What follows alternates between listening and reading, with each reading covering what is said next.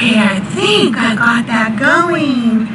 Let's share out the live. You guys, if you can like and share, do all the good things, that would be good. Oh, sorry, I made a lot of noise there. I tried to get a little more light on my face. Yeah, let's do this. Guys, welcome in. I'm in a different setup today and I feel a little discombobulated because of it. But while we're waiting for our esteemed guests, let's, play a little theme song, shall we?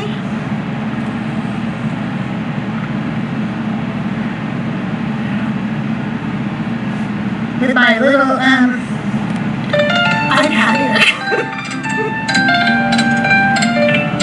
It's a brand new day, and she's back again. Get yourself a beverage, let's get settled. It's Decon Q&A with CrystalJae and Mackluster. You guys go ahead and touch up the report. And it's gathered in one place. All our questions answered, our favorite creators on display. It's Decon Q&A with CrystalJae.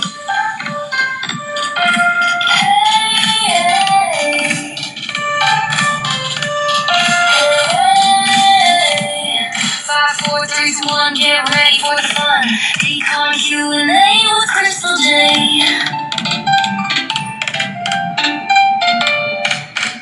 Hey, you guys, welcome in.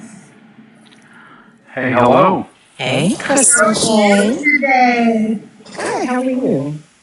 I'm doing good. Gonna get all my little questions here. Sorry, I don't need that. I can't slide around on this floor. I'm in a different place today, and it feels kind of weird being here. So you guys have seen my show before, and even come up before. I'm going to start the show by asking you guys some questions, and then we'll invite people to come up, and at the end, we will play everybody's favorite game, Divine or Decline. Does that sound good to everybody? Let's do it. All right, let's do it. You guys, make sure you're doing all the good things, liking the live, sharing it out. You know what to do. All right, here we go. And you can answer one at a time. You can, you guys do whatever you want to do. There's no rules to this, okay? All right, if you three had to start a band, what would your band name be?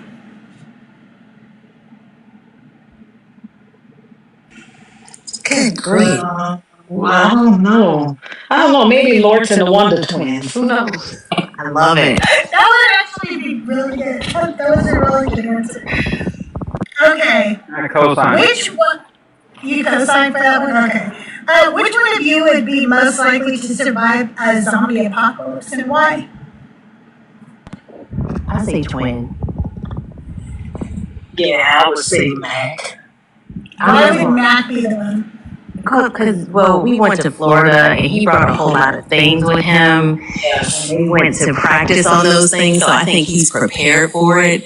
Me personally, I'm just going to volunteer to go first because why the fuck am I running? If I'm about to die anyway, just go ahead and eat me now. But the thing is, if I do survive, right, and I can get back to my house, then I will survive probably the longest without any facilities and running water, because I have water filters and batteries, and I have so much stuff like solar power batteries that can power a refrigerator and a washing machine, and I have this water thing that you can go to any dirty water thing and filter out the water. It takes a long time. Okay, so if there's a zombie apocalypse, we head to Lorts' house. Is that what I'm getting? No, we get Mac to unlock all the zombies, and then y'all come to my house. Okay. I don't know. I have an orchard. Oh, see, Mac has an orchard. So he has the food. I'll, dodge the zombies, and then bring all the stuff to Mac's house in my purple wagon. That's what I'll do. And I should walk, but I'll just be carrying stuff to make us forget that we're in a zombie apocalypse. That's what we need. That's actually what we need. That's the most That's important. very important. So, I got the zombies, but you got the produce. Or I got the orchard, but you got the produce. There you go. Okay, if you had to swap lives with one of the other panelists for a week, who would you pick and why? I would pick Steve. I completely missed the question. I was getting in my car and the Bluetooth switched over. I missed the question. Okay, if you had to switch places with one of the other panelists, who would you pick and why? Steve. I would pick Steve because Steve is calm and even keeled. I would like to be that for at least a week. Just 7 days. That's all I'm asking. I think I'd switch with Lord because I'm pretty tired of working. Yes. Mac, you know what? Mac, you out of the band. You out of the band. I'm going solo. I'm going solo with Twin. Figure it out. I would pick Lords. I would pick Lords. Yeah, I'm gonna pick Lords because there is something about the way people from New Orleans say certain words and curse people out. It's an art form, and I just cannot do it. In like being from Atlanta, so it would definitely be Lords. Oh, for sure. I have to say, you all have great characteristics. So being any of you for a week would be cool because, you know, we have, first of all, Lords. I just want to spend one day cussing out and insulting somebody with the vocabulary Lords has. Because, like, it's not just your run-of-the-mill, like, fuck you know what I mean? And so if I had that talent, I would do that for you. But B, I love her calming spirit. And I don't know about Mackluster. Maybe I would be him for a week. I don't know. Man, so Mac, I don't know if you want to be Mac. Mac, I mean, we're twins, so if you're me for a week, you're basically Covered. too. It's a popular non-choice. Okay, and these are individual here. Which, for each one of you, what is your most nerdy flex? Something academic or intellectual you're secretly proud of?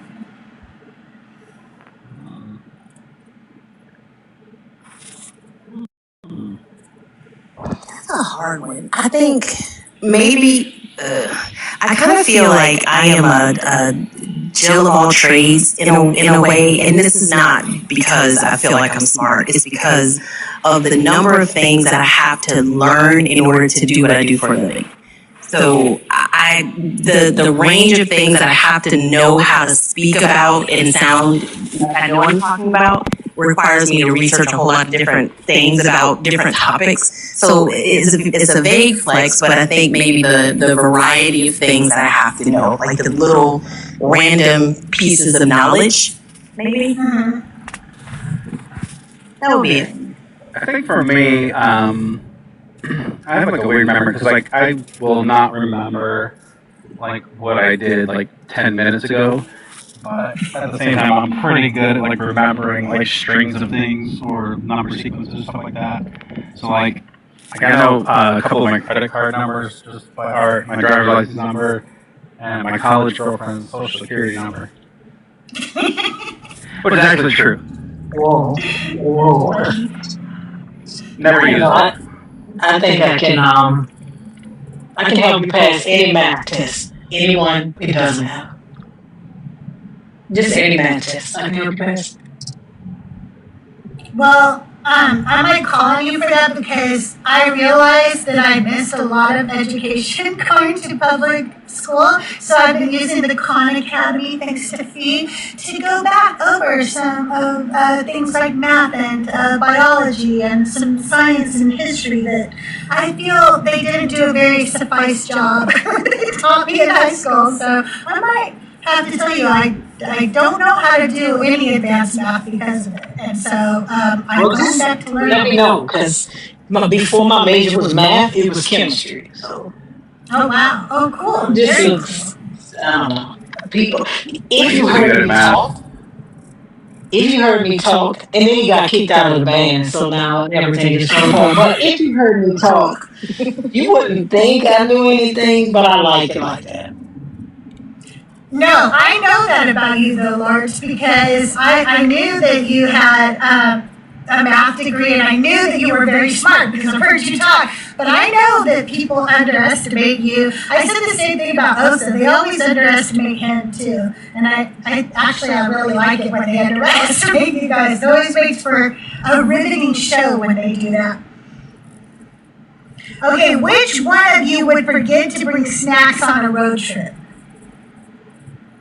Not my fat ass. Not me. I don't know. I mean, I can't speak for Twin, but I wouldn't forget that. I wouldn't forget it, but for the sake of the game, I'm going to accept responsibility because of what my hobbies are. We're typically.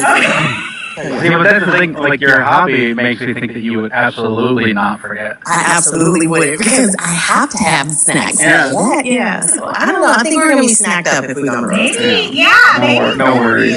Yeah, I think you guys are going to be fine. All right. Hi, Xena Raid. Hey, Xena Reed. Oh, Xena Readers, thank you so much. Appreciate you guys. Welcome in. I'm just doing some icebreaker questions, and then y'all can come up and ask questions.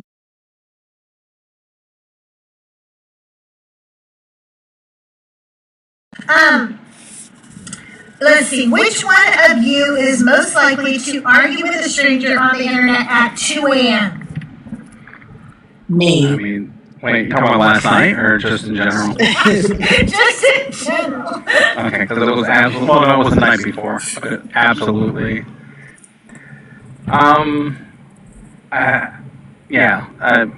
Sometimes, yeah. I'm definitely not shy about that. I think Twin keeps normal hours, so I don't know how likely that is, but I think Lorts and Twin would be tired for that. My bedtime is real toddlerish.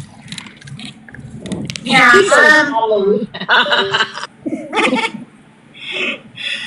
I fall asleep to listening to a lot of you guys when you're up there late at night on panels and stuff. So I'm not the one who's going to be arguing at 2 a.m., but I will fall asleep listening to you guys argue at 2 a.m.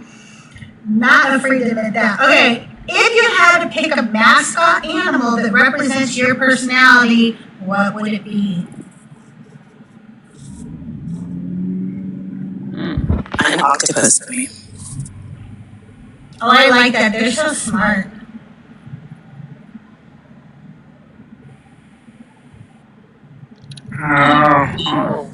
Go ahead. I'm thinking like a beaver or an ant. Something that likes to build. You know, the beaver is the mascot for MIT. Is it? Yeah. Wow. I know it was Oregon State. I know MIT. I don't know. I'm probably a zebra. Because Irish zebras are mean as kids. That's what I heard. Lords, may I recommend a mascot for you? What? I think you're the honey badger. You think? Yes. You think so? You don't give a fuck. Yes, ma'am. That's so funny. I was going to pick the honey badger. And you know what's even more funny is that the guy who they call honey badger in Louisiana, what is that? Yes. Yeah. I sang at his mother's wedding. Really? Because I used to work with his aunt. That's crazy. Wow. Yes. So maybe honey badger it is. Honey badger it is. Okay, who among you is the mom of the group? Between the three of you. Is that Fee? I think it would be Fee because, you know, I one time I was at work and we had a baby shower for one of my co-workers, and I told her, you know, just don't pay too much attention to your kids. That way, when you do, they'll know that you love them. So I'm not the bitch that would be your mama, okay? I am a child, but We were having my child evaluated for speech issues before they start kindergarten so they could work with them for early childhood development. And I already knew she had some speech problems that they would have to work with. So she came to tell me, and I said, yeah, I know. I made this mistake before. I taught my other two children to talk. I shouldn't have done that with hers. Maybe she would have a speech problem. I just shouldn't have done it. I like other people's kids. I love other people's kids. But I think also that's because I love leaving them where they are and then coming home, like, to my house. I could see that. I do enjoy my grandchild because I can just pass her off. So yeah, that makes a lot of sense. I mostly don't like other people's kids though because I usually can't tolerate them for 2 minutes. If each of you had to teach a 1-hour class, no prep allowed, what subject would you each crush? Sign language. That's what I do every day. Of course, math. Yeah, I think if it's my job, like obviously I could teach my job. But I think I could teach like a shop class without any prep. I don't think I would want to even teach any class. So I was just trying to think, what would I teach? I could do a softball hitting clinic, I guess. I could teach basic computing to people who don't seem to understand how to do anything on their computers. I guess. Which one of you would be the most dramatic character if you all were on a sitcom show together? Lorts. Oh, Lorts. Yes, me. Yeah, it would be me. It would be me. People would be wondering if I was on the show. Same. I'm just saying, I tell people all the time, my daughter, we decided that we're going to China in 2027, my daughter and I. And we watched this Chinese, she's Chinese, of Chinese descent, but she lives in Australia. And she went back to China and took a photo shoot to be like the dress up in the concubine's outfit, and she took a photo shoot. And I would be like, I would love to do that if I didn't think it was, cultural appropriation. I would love to do that because I believe that I am a concubine in the Chinese, but like one of the high-ranking ones, like a Wang Gui Fei or Gui Fei, like just so dramatic for no reason. If you've ever watched a historical Chinese drama, they are so dramatic for no reason, and that's me. I could see me doing that just for no reason, just dramatic. I love that. Okay, if you could instantly download any skill of Matrix style, what would you pick? You can have any skill you want immediately. What would your skill be?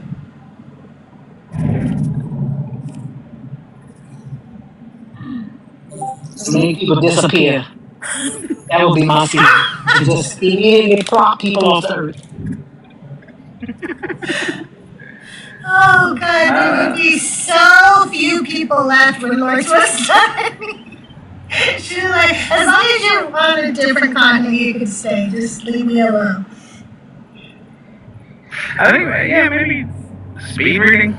That'd be a skill. Yeah. If there's a skill where you can develop that, right? Yeah. I was thinking along those lines, in terms of being able to synthesize a whole lot of information. I would probably say information processing, being able to process information almost at computer speed, maybe that. Because I can see that being beneficial in a lot of scenarios. You guys thought of really good, beneficial skills, and I just want to learn how to cut and chop stuff like a professional chef. Just because I can't, and I really want to do it. I want to be able to, But you know what? The secret to that is really a good knife. It really is. If you don't have a good knife, it's really gonna slow you down. I say that because I like knives and stuff like that. So I have all kind of crazy knives, and so knife. I'm sorry, TikTok. But the secret to that is really a good. If you don't have a sharp knife, it's gonna be terrible. Lorts, I need to Yeah, write that's which. true. Oh, Yeah, sorry. I do too. Yeah, I need to know which, because I've been trying to decide on a really good knife set to get for that very reason, Crystal, because I'm like you. I would love for my onions to be perfectly diced like they do. This is a skill set I do not have. I've got this thing where you just you put them in like a top, like above like a grid of blades, smash it out. I have one of those. Perfect every time. I love it. I don't care. Like I'm not bad with like dicing and all that shit. Like, I'm okay. I'm not real fast at it, but I do a good job. But man, I don't care. This thing is like it's perfect every time, and it's like you can just throw in whatever else you need. But you know what? I use that for Thanksgiving. I Yeah. do, because I have so much Processing speed. seasoning and stuff to do, and Yeah. I bought one of those cheese things off of TikTok to grate my cheese and stuff. I got one of those too. Thanks, boss. I just used it. I used it today. But you know what? You can chop like lettuce and everything else with it. When I make my salads, I put my lettuce in there to make, to make the lettuce smaller. Shredded. Yeah, shredded. Yeah. I use a salad shooter to grate my cheese. Do you know like Presto salad shooter? Yeah. The shooter, yeah. Yes. Yeah, I mean, this is just like a manual version of that, but like it's also like much bigger, so it's pretty quick. Makes pretty quick work of it. Anyways, we love TikTok Shop. Yes, we do. Okay, who's the most likely to text back right away, and who's the ghoster? Who's the one that's gonna leave you on the? I'm definitely ghosting. It's not intentional, but I was probably high when I got your text, and I just. Yeah, I think I'm in that too, but I don't even have that excuse. I'm just like, oh, I saw it. Does that help? I am the one that if you don't text me back, I might not talk to you for like 3 weeks. Because I know you saw my text. So that means you're ignoring me. And I am like Glenn Close on Fatal Attraction. I will not be ignored. No, I get in trouble because I'm telling you, if I text you and you don't answer me back in like 2 or 3 hours, I'm probably gonna block you. Yep. I leave my phone on Do Not Disturb 24 hours a day, 7 days a week. I hate sounds. I don't want my phone to ring or chirp or beep or anything. And so if you call or text me, like I will call or text you back, but you will never get a hold of me right away because I don't have my phone on. We would never be friends. So I'm telling you, I will get in my car and drive you out. I'm childish like that, dude. Don't listen to me. You might get in trouble. Don't do anything that I do. I will get in your car and drive you. Joyful Apostate, he calls me and I always call him back because I don't pick up the phone the first time. And so one time he called and I called him right back and then he let it go to voicemail and I said, I think you're doing that to get back at me. And then he called me back and he goes, that's exactly why I did it. How does it feel? I have a lot of echo on my YouTube stream. Okay, let me turn some things down. Tell me if you can come back in and tell me if this is better. I'll turn some things down and let me know if I fixed anything, okay? All right, you guys, I'm going to ask one more question of our panelists, and then if you want, you can come up and ask them questions. The guest box is open. If you're shy, ask your questions in chat. I'll read them out, and I'll check over on YouTube to see if you guys have any questions as well. Okay. Which one of you is most likely to just get lost in a museum for hours? You know me. Very high. We might always level. It depends on the museum. Yeah. Yeah, like highly that's a big factor in that, right? I could definitely see like a natural museum. I could definitely, or well, not so much like an art museum. Like I don't get lost in art like that. But yeah, like a natural history or something like that, I could definitely see. Or like Like the old, art like experience. that's exactly what I was thinking of. Yeah, I just want to go up to the third floor and just imagine like sheep being stacked on top of lions, and how it all makes sense. No, I went to the Houston Museum of Natural Science had a Halloween party one time, and I went to the Halloween party, and it was real nice. I never thought like everybody should have their Halloween party at a Museum of Natural Science. It was like dope. I don't know, but I stayed there like until like they were cleaning up. Like this is so fascinating. I love museums. I don't know why. I just like knowing things and seeing things. I don't know. I do too. I like museums. My mom, she wanted us to be very cultured, so she would like take us to museums and things like that when we were kids. There was a commercial that used to play all the time in our area because of the Museum of Art, and it would say something like Vega, Goya, Picasso, Rembrandt. And then it would say something like, these are all, artists at the Museum of Art. And so whenever I was a little kid, whenever somebody mentioned artists, I would say, oh, like Vega, Goya, Picasso, Rembrandt. You found a hack. Yeah, I did. And my mom was like, oh, stop. She just is repeating a commercial. I thought I looked really smart and cultured. That's what I'm saying. Mama's a hater. Mama is a hater. Mama, let me be fake smart in front of these strangers. Yeah, just stop, Mom. I sound really cultured, like you want, right? So, hey, you guys, the guest box is open. Come up and ask Mackluster, Lorts, and Fee your questions. I'm going to go over and check in on the YouTube because I haven't been over there yet and say hi to everybody. If you have a question and you're too shy to come up, just go ahead and put it in the chat. I will try to read them out as long as I see them. Okay, I see one right there. Hi, Thinker. How are you? Hey, Crystal, I'm good. How are you? I'm good. It's good to see you. Thank you. It's good to see you too. I got a question for this new set of triplets here that I think Oso gonna be pissed about. I'm trying to Also had his own show, though. no, I'm saying this is the wrong set of triplets up here. That's what I'm saying. Oh, When did no. Lords become part of the twins? Listen, did you hear the name of our band?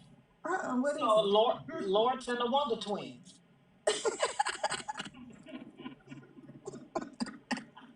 We're gonna do Christian remakes of all Pink Beer songs.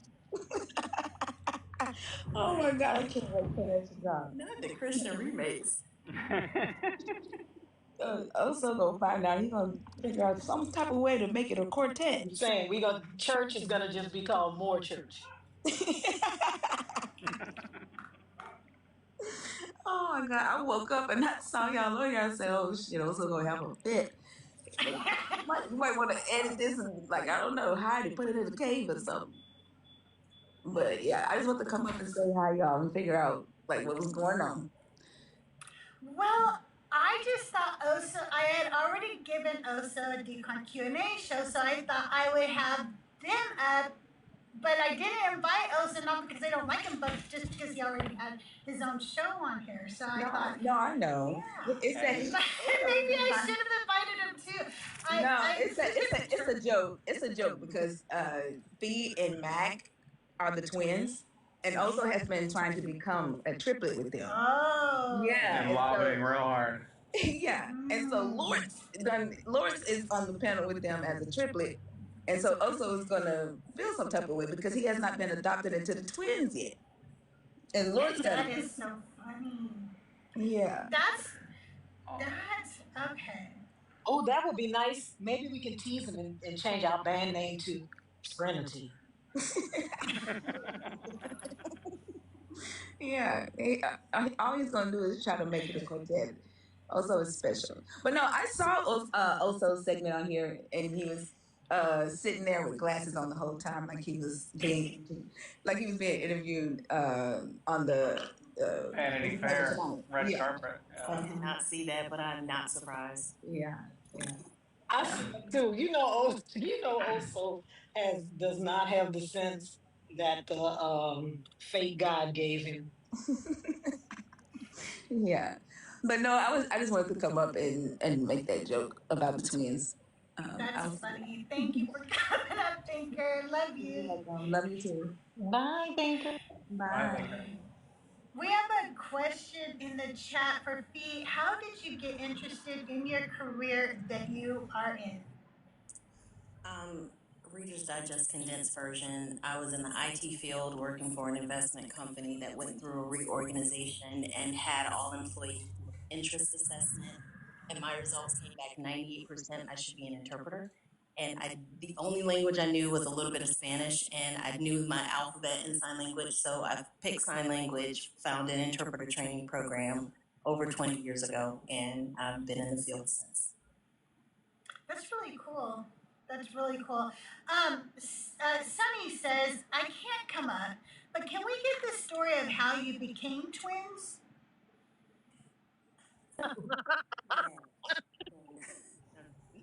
Yeah. So this was kind of my doing. I think I foisted it upon twins.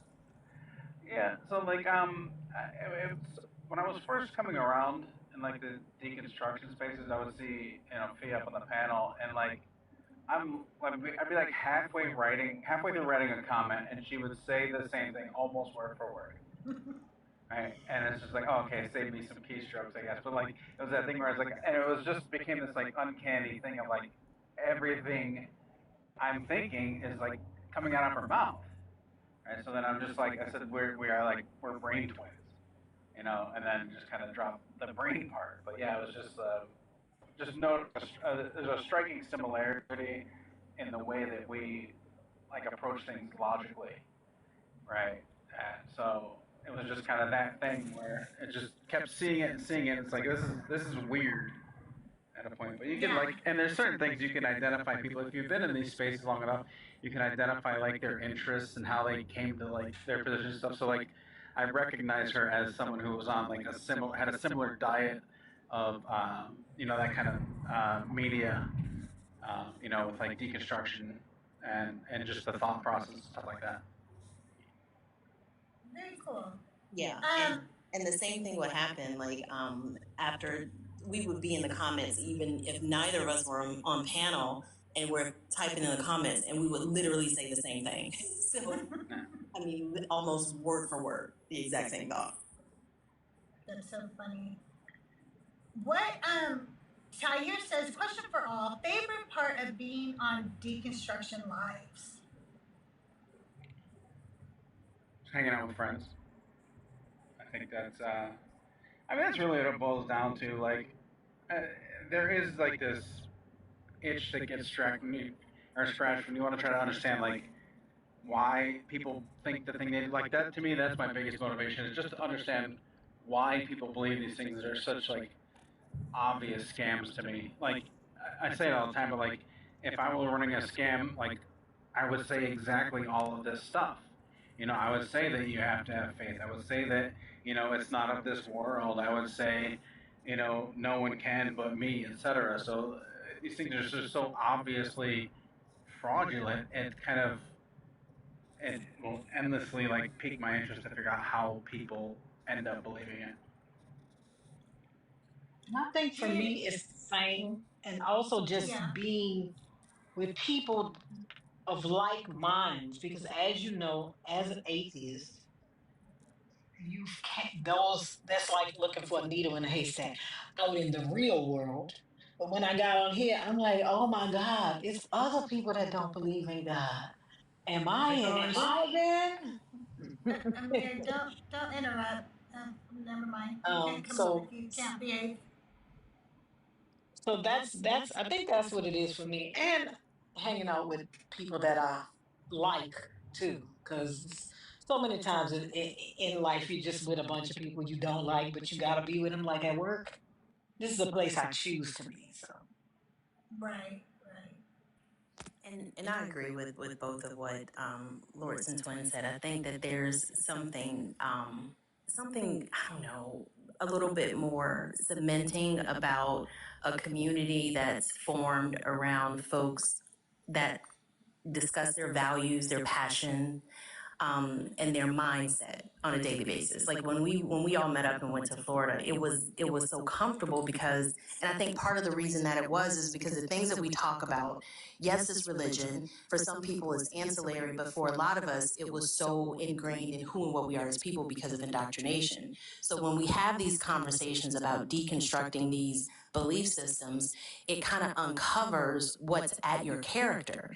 And I think what happens when that character nugget is uncovered, people kind of start to these communities start to form. So when we have these conversations about empathy and care and the fact that we want to be kind to each other, it's almost like this belief system or this deconstruction community becomes a filter. And what's left is people that are not perfect, which I don't even think that should be on the table, but people who truly want to do right for the sake of doing right. And the community that forms around that feels really authentic and genuine and loving. And I think that these conversations pique my mind in ways that a lot of conversations don't. And like Twin was saying, I like to hear a point will be made and then everybody will respond to it and it's from a different angle. And the way the variety of humans and the variety of thought is fascinating to me. That to me is one of the most beautiful things about experiencing this life. Me too. I think one of the things I really enjoy too is just I'm always around so many freaking brilliant people. You all are so smart. And you don't stop educating yourself. You don't stop learning. You give me a desire to want to learn more and educate myself more on every topic. Like you guys send me down rabbit holes all the time that you don't even realize you've done that. And I don't know, like I don't see that in all kinds of communities. I think this community is really special for that. At what age did each one of you begin deconstructing, if you did? Because I don't think Lords ever really had to deconstruct. Like, I don't think Lords ever believed. I don't know about Mac, but Fee, I think you did. And how did you handle the overthinking? That comes from JoJo. I was 30 when I actually acted on the doubts that I had had since like for as far back as I can remember.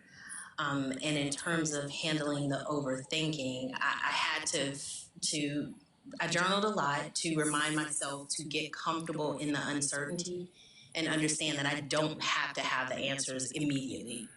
And I think it's okay to hold on to questions without trying to resolve them immediately, because if you resolve them immediately, chances are there's some variables that you're missing.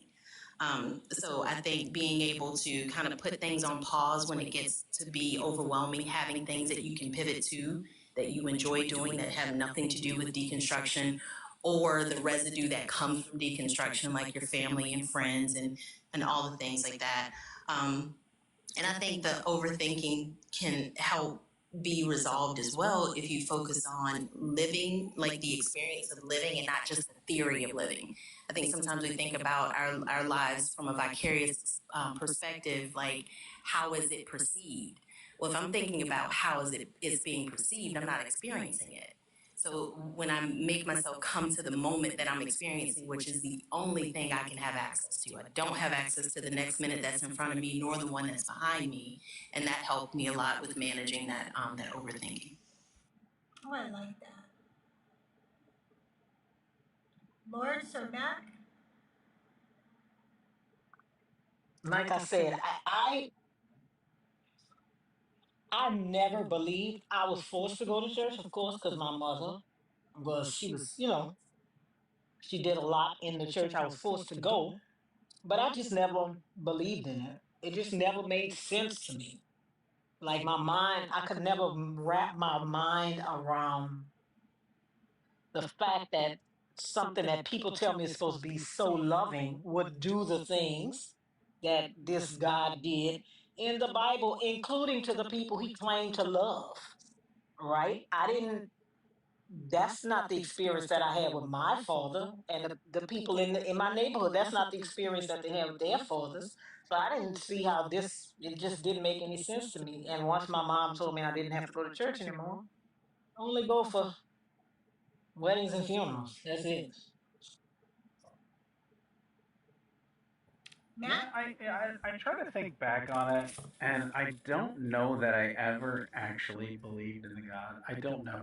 I went to church as a kid, but like my main motivation was just to like not get spanked when I got home. Like it never interested me. It was just always boring as shit. I would say the time I realized like what I was probably in my like early teens when I realized what it meant, like that I didn't have this like belief in a God. Um, but yeah, I don't think I ever really constructed. I don't think like I didn't have anything to like break away from or break down. So I can't really say that I deconstructed at any age because it was never this thing that I had to like unravel and question. It just never really like it didn't make sense to me and that was it. So can't really help with that one. Okay, well, is there anything you especially miss from your church experience? Acme Hero is asking, they said that theirs is the music. What about you guys? We had like a we had like when I was a little kid in Houston, we went to like I don't know, it was like a proto mega church or something, but it was a really big church. And they had like they have these like separate things with kids and activities and stuff, and that stuff was cool, but it was completely like secular stuff. It was like making like model cars and stuff, so it wasn't like it wasn't anything to do with like religion really. It was just took place at a church. And I grew up as a Jehovah's Witness, so our meetings were not like church services. Our music was very funeral-like. So if I miss anything, I don't miss anything. I can say that straight up. I don't miss anything. I do have fond memories of like the things the customs that we had in the cult I grew up in. But it was fun because I was a kid and we had friends and we went to like conventions in the summer, like, and that was our only time in a hotel. So I have fond memories of that, but no, I don't miss anything about that at all. I miss stealing the communion crackers and the grape juice out the waffle room. This is why Lorts has the position that this is why she's going to be featured in the reality TV show. I missed my life of low stakes crime. Lord, you grew up Methodist, right? Yes, you might as well be an I did atheist. I too. tell you that all the time. Like you may as well just be an atheist. It's like Lucifer, atheist, Methodist. Like we didn't really do anything. Like Right? I tell people all the time that like I always picture all these other denominations really exciting and stuff with all their really cool beliefs that they had, like Pentecostals all speaking in tongues and stuff. We didn't do that in the Methodist Church. We none of didn't that. have cool music. We had the old hymn books. Yeah. And so I always say, like, if Pentecostal is like a double stuffed Oreo cookie of of all the denominations, then Methodist is a plain graham cracker in comparison. Yes, Methodist is like the 100-calorie snack packs. That's what Methodist is. Like that's it. Like That's it. Acme wants to know if anybody knows the Catholic Study Bible Justin recommends. I don't know if they know, but if you want, the link to the Discord is in my bio. The Discord is free, and there will be people in the Deconstruction Junction Discord that do know. Don't forget, you guys, you can come up and ask these questions. I will keep reading them, but you can come up and actually have a conversation too. Tahir says, are you guys open in your everyday lives about being a non-believer? Like, do you guys tell everybody? Does everybody know? Or is there some people who still don't know? I mean, like everybody I'm close to knows. And yeah, that's not like a secret I would keep, but like I'm not. Like if anybody asked me, I wouldn't hesitate to say it, but it's not something I'm like outwardly vocal about it. It's just not a big part of my life, socially speaking. Right? Online's a different story. I was just really like that's for the purpose of like engaging in debate, but I'm not like out there, to whatever unevangelizing.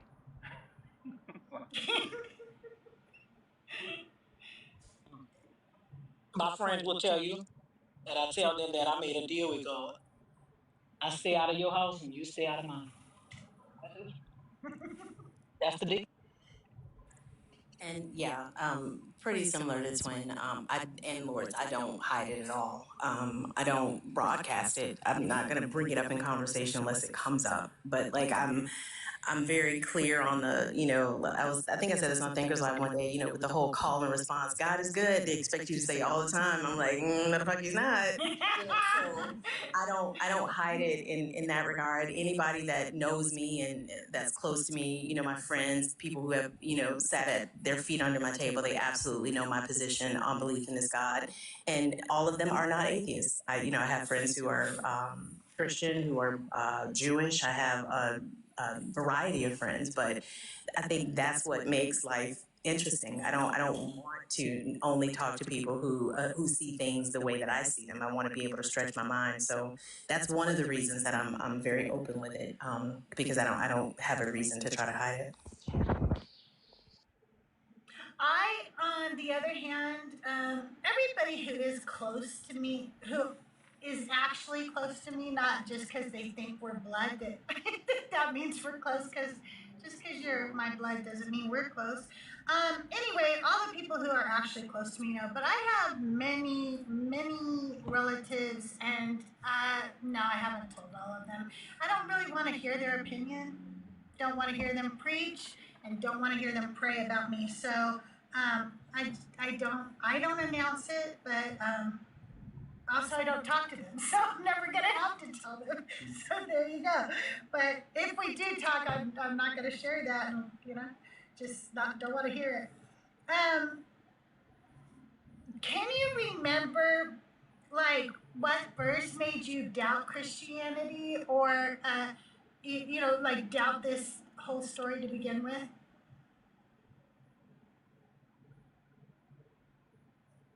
I think for me it was Job, because I was like 8 years old. And for some reason, they had the 8 year olds read Job. Who knows? And then they had the word she asses in there. And that was the funniest shit in the world to me. I could not stop laughing. Imagine being an 8 year old and you're in church, right? And people tell you everything's supposed to be so reverential. You see the word she asses. I'm going around to tell my friends, you see that, you see that, you see that? They busting. And I was like, this cannot be real. This can't be true.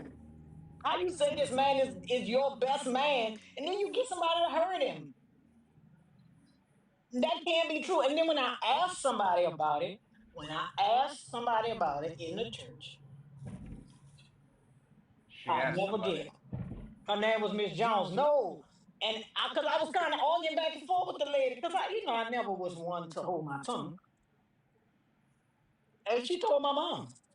And my mama was like, why would you do that? Because I was a daddy's girl. Of course, my daddy didn't let her, I didn't get a whipping, but she went back and told my mama that I wasn't listening or something in class. I'm like, I'm just asking you questions. I'm trying to figure out why? Why? What is a she? First of all, what the fuck is a she ass? That's what I wanted to know. Is it a girl's ass? I didn't know. Because I don't know what a she ass is. I'm 8 years old. I'm asking you a question. But she's like, go sit down. Go sit back down. And then all the children started giggling because I showed it to them and they started giggling. And she told my mom I was disrupting Sunday school and all that kind of stuff. I'm like, "Yeah, go ahead." That's It was, hilarious. yeah, Lois and her she asked. Oh my goodness. I don't think it was a particular story per se, because I was very heavily indoctrinated. So I couldn't question the things, even if I had a thought internally, like, there's this idea of God knows your thoughts. So it wasn't a verse per se. Like for me, that kind of started things to unravel. It was more of the doctrine from the religion that I grew up in, meaning a lot of people would put their children out if their children got to a certain age and didn't choose to serve this God. And my ex-husband asked me, like, my kid was like 6 months old, 3 to 6 months old. He was still in like a rear facing car seat. And he asked me if Justin didn't want to go to the Kingdom Hall anymore once he got to be a teenager, what would you do? And I'm like, he would have to find somewhere else to live. I said it before I even thought about it. And in the moment that I said it, I was like, I don't believe that. Like, why would I say that? And that kind of was the first domino to me realizing that I couldn't like raise a child knowing who he was and being confident if I didn't know who I was. And it was clear that I didn't because I responded in such a robotic way. So that was it wasn't a scripture per se. It was more of a practice from the belief that I grew up in. That makes sense. I think for me it was probably the sacrifice, like the whole thing. I mean, there's so many problems, and I still don't get it. Like, it still doesn't make sense to me. It's like this guy sent his kid down as a sacrifice to himself for rules that he made. Like, you know what I mean? Like, it doesn't make any sense. It still doesn't. Like, it's just nobody's ever been able to explain it to me. Like, why? What makes it a sacrifice for one, and two, why was it necessary? Like, whose rules does he play by? Right? That he has to, like, hey, I got this sacrifice. Is this good? Yeah, okay. Pull the lever. You know, so it never made sense. Like, the whole sacrifice. The shit for me. That would probably be the closest. You're breaking up a little bit for me, Mac, and you're showing red bars for me right now. Oh yeah. I'm in the Uber. I was wrapped up. Okay. I said it, and none of the shit made any sense to me. Okay. Okay. Yeah, I think the very first thing I ever questioned was the whole story of the garden. But of course, I was indoctrinated, so when they would tell me the apologetics for shit like that, I believed it because it was, what I was taught to do. But I don't think like the question ever went away. It's just I would start repeating the apologetics they would tell me. But in my mind, I still was like, I don't know that this really makes sense. Like, why is she being punished for something if she didn't know if it was good or bad? And I still don't understand why all of us are punished. Like, what did I do? Like, I wasn't there. What are you talking about? So for me, that was really one of the very first things. But Job was a big one for me too, because I lost my family when I was very young, and the fact that they were like, but Job got another family, and I was like, that's not how it works. I don't want another family. I want my family, and I'm sure Job wanted his family. So this story is kind of stupid, No, that we. Thank you for joining. But this is Decon Q&A with CrystalJae. Today's guests are Mackluster, Lorts, and Fee, and we're talking to them about deconstructing and just asking them questions and talking to them because they're three amazing people in the deconstruction community. So, did leaving your faith cause you guys to lose any friends or family members? And if so, like, how did you handle that? How did you navigate that?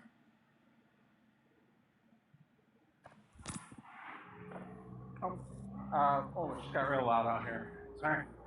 It's okay. Yeah, I don't know. Like, I have family that are like, kind of like Catholic fundies. They do like, oh, it's just too loud where I am. I'm gonna go on mute. Okay. Yeah, me, no, because listen, yeah, if you don't want to be my friend, like I've been having the same friend since I was like 11 years old, right? So there's nobody that I know that is my friend that I think will stop talking to me because I don't believe in God. Like, 'cause that's crazy, right? I mean, I know people do it.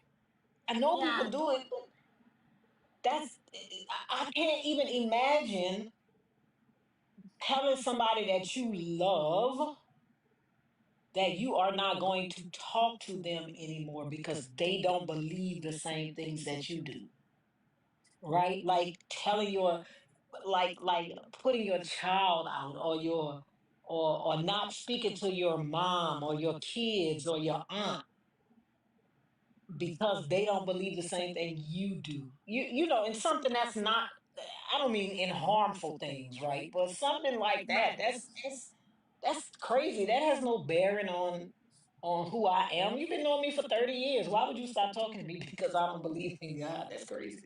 I know people do it though, but no, I haven't. Um, I did. Originally at the beginning, probably the first 5 years or so, I didn't even tell my dad. Like my dad and I were super close, and we would talk about like religious stuff all the time. So I didn't even tell him. And when I did tell him, the dynamics of our relationship changed for a while because we would talk about like research things and like things that we studied, and so when that was no longer that the tie that would bind us together, our relationship shifted for a while. We were able to repair it before he passed away. But the only other like major relationship that was affected was my childhood best friend. We had been best friends since we were 10. Never, like, there's not a childhood memory that I have that does not include her. And when she found out that I was no longer a practicing witness, she told me that we couldn't be friends anymore. And that was tough. Like that was one of the most difficult like relationship fractures that I had to deal with. And one of the things, well, two thoughts got me through it. One is the fact that I had to realize that sometimes our friends distance themselves not because who we are now, but because of the change that we've made, challenges their worldview, and they don't know what to do. And then the other side of that scale is realizing that deconstruction can reveal relationships that were based on you as opposed to ones that were based on your conformity. And balancing those things out kind of helped me, see that I know that she's struggling with this, trying to be empathetic about her position and realizing that it's not always about me. And at the same time, if your friendship was only there because we shared this belief, it wasn't about me to begin with. So trying to keep those two thoughts on either side of the mental processing scale kind of helped me get through that. She's come around primarily because Jehovah's Witnesses have changed their doctrines about talking to non-believers. But she, I still kept in touch with her mother, checked on her mom, because that was like my second mother. So even though she made that declaration, the rest of her family didn't. And like she'll text me, she heard about my son's accident, she texted me, I responded, but our relationship is not what it used to be. And that's kind of, that's still heartbreaking because I think back on the thing that like I said, I do not have a childhood memory without her. I just don't. So that was kind of jarring, but then it was also revealing too, because if this belief system is the only thing that made me your best friend, then I was never your best friend to begin with. Yeah, that's so true. Hey, Grana, how are you today? Hey, I'm good. How are you? Doing so good. Good to see you. Did you have I literally some just got off questions? work. I was listening, and then I'm like, oh, I'm off work. Click the button. Well, we're glad you came up. What do you got for Thank us you. tonight? Well, I first of all want to start off with just by thanking all of you for what you do. I really hadn't realized that I had been deconstructing for years because I've gone to churches that have deconstructed in a sense. Like the pastor of one of my churches is now running an interesting colony. We can put it that way. I can't really say it on TikTok. So he deconstructed while I was at the church. So we heard all of his stuff, which got me started on my deconstruction journey. I just didn't know it. So when I went to started finding these on TikTok, I was like, wait a minute. So I had a huge moment, and I'm so sorry. I'm dyslexic, so names move on me. I can never remember if it's Fee. Yes. Fee. Yeah, it's Fee. Mm-hmm. Okay, because I get two names going through my head. Okay, so Fee, I just want you to know that you were the person who got me to be able to go over the hump and really be able to deconstruct. because I was talking to you and I was really nervous. So my dyslexia and my ADHD were like all acting up. And you were so patient and you just answered my questions so well and made me feel comfortable asking about it. And I remember the big thing you said was you got me to realize that the church that I had grown up in was a cult. And at first I didn't believe you. I was like, no. And then I looked into it and I'm like, oh my gosh, it absolutely, all of it is. It's all a cult. And that really was kind of the jumping point for me. So I just wanted to thank you guys for that, because every time I was on the live, usually it was Thinkers Live, and I came up, everyone was so supportive. And I didn't expect that, because you get a lot of people who are just jerks, and then you guys aren't always the nicest people in the world for good reason. But I was like, don't do that to me. So I just wanted to thank you for that. And then my question is, if you guys could become one person for a whole year, who would you become and why? Oh, I would definitely become thinker. There's knowledge of not only this religion, but the history surrounding it is phenomenal, right? I mean, like I thought I knew a lot, right? But when I started listening to Thinker and how she can recall dates and times and names, I mean, I'm like, I used to be that girl, but then something happened. I don't know. But if I could be thinking for a day, right? I just want to be able to boom, boom, boom, boom, boom, boom, boom, like that, because she has the dates, the names, the names of the people groups and the times, and I mean that's who I want to be for like 24 hours. That's it. Yeah, and the connections. She can connect things that I would never have dreamt were connected. And she makes it make perfect sense. You're like, how'd you do that? I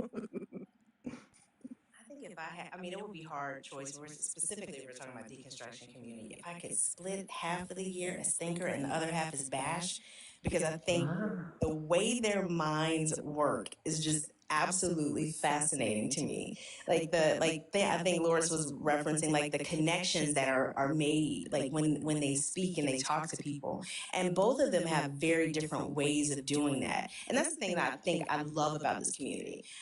I think every single person is able to bring their particular skill set, their gift, as religious people like to say, but their natural abilities to connect with people and connect with information. And I think that's one of the most beautiful things about this community, because what you see is folks gravitating towards the mental processing, like Twin was referencing earlier, that makes sense to them. So if I had to pick, I would probably want to split it. I'd ask for it extra.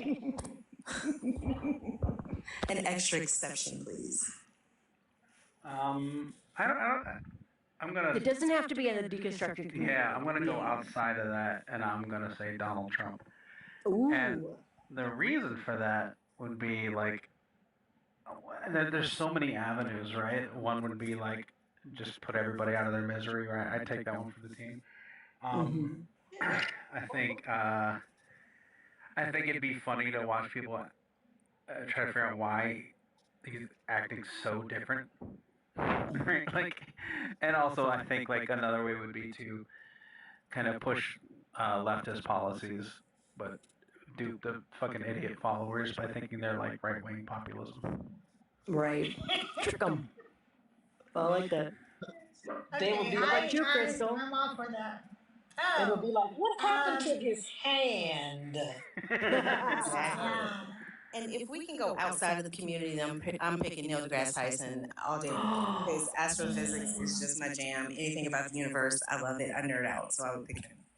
If we can go outside of the community, then I'm picking Beyonce. Who the fuck would I'm not even gonna. I was going to answer for you and say Beyonce. That's how much I knew you were gonna say Beyonce. Who the hell doesn't want to be Beyonce? Okay. Mine would be either Denzel Washington, but maybe I would just choose his wife instead. Twin, I would like to point out in the comments, Zena's coming for you. I'm just saying. Zena, I'm sorry, Zena, you don't see the vision. I'm real sorry about I can that. honestly say I've been a fan longer than her, simply because I'm a lot older than her. So. I don't know anybody I want to be. Like, You know what, Zena? No, Zena? it's not about who you want to be. It's about who you could make a bigger difference by becoming. You come after me, I'll still pardon you.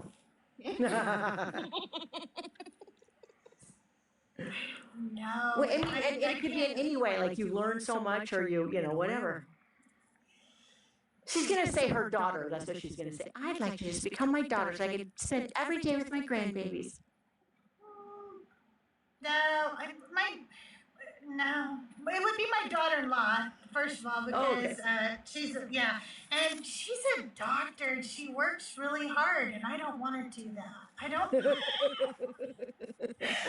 want to work that hard. I just and then no, I don't want to be that. I really I don't know. I can't think of anybody.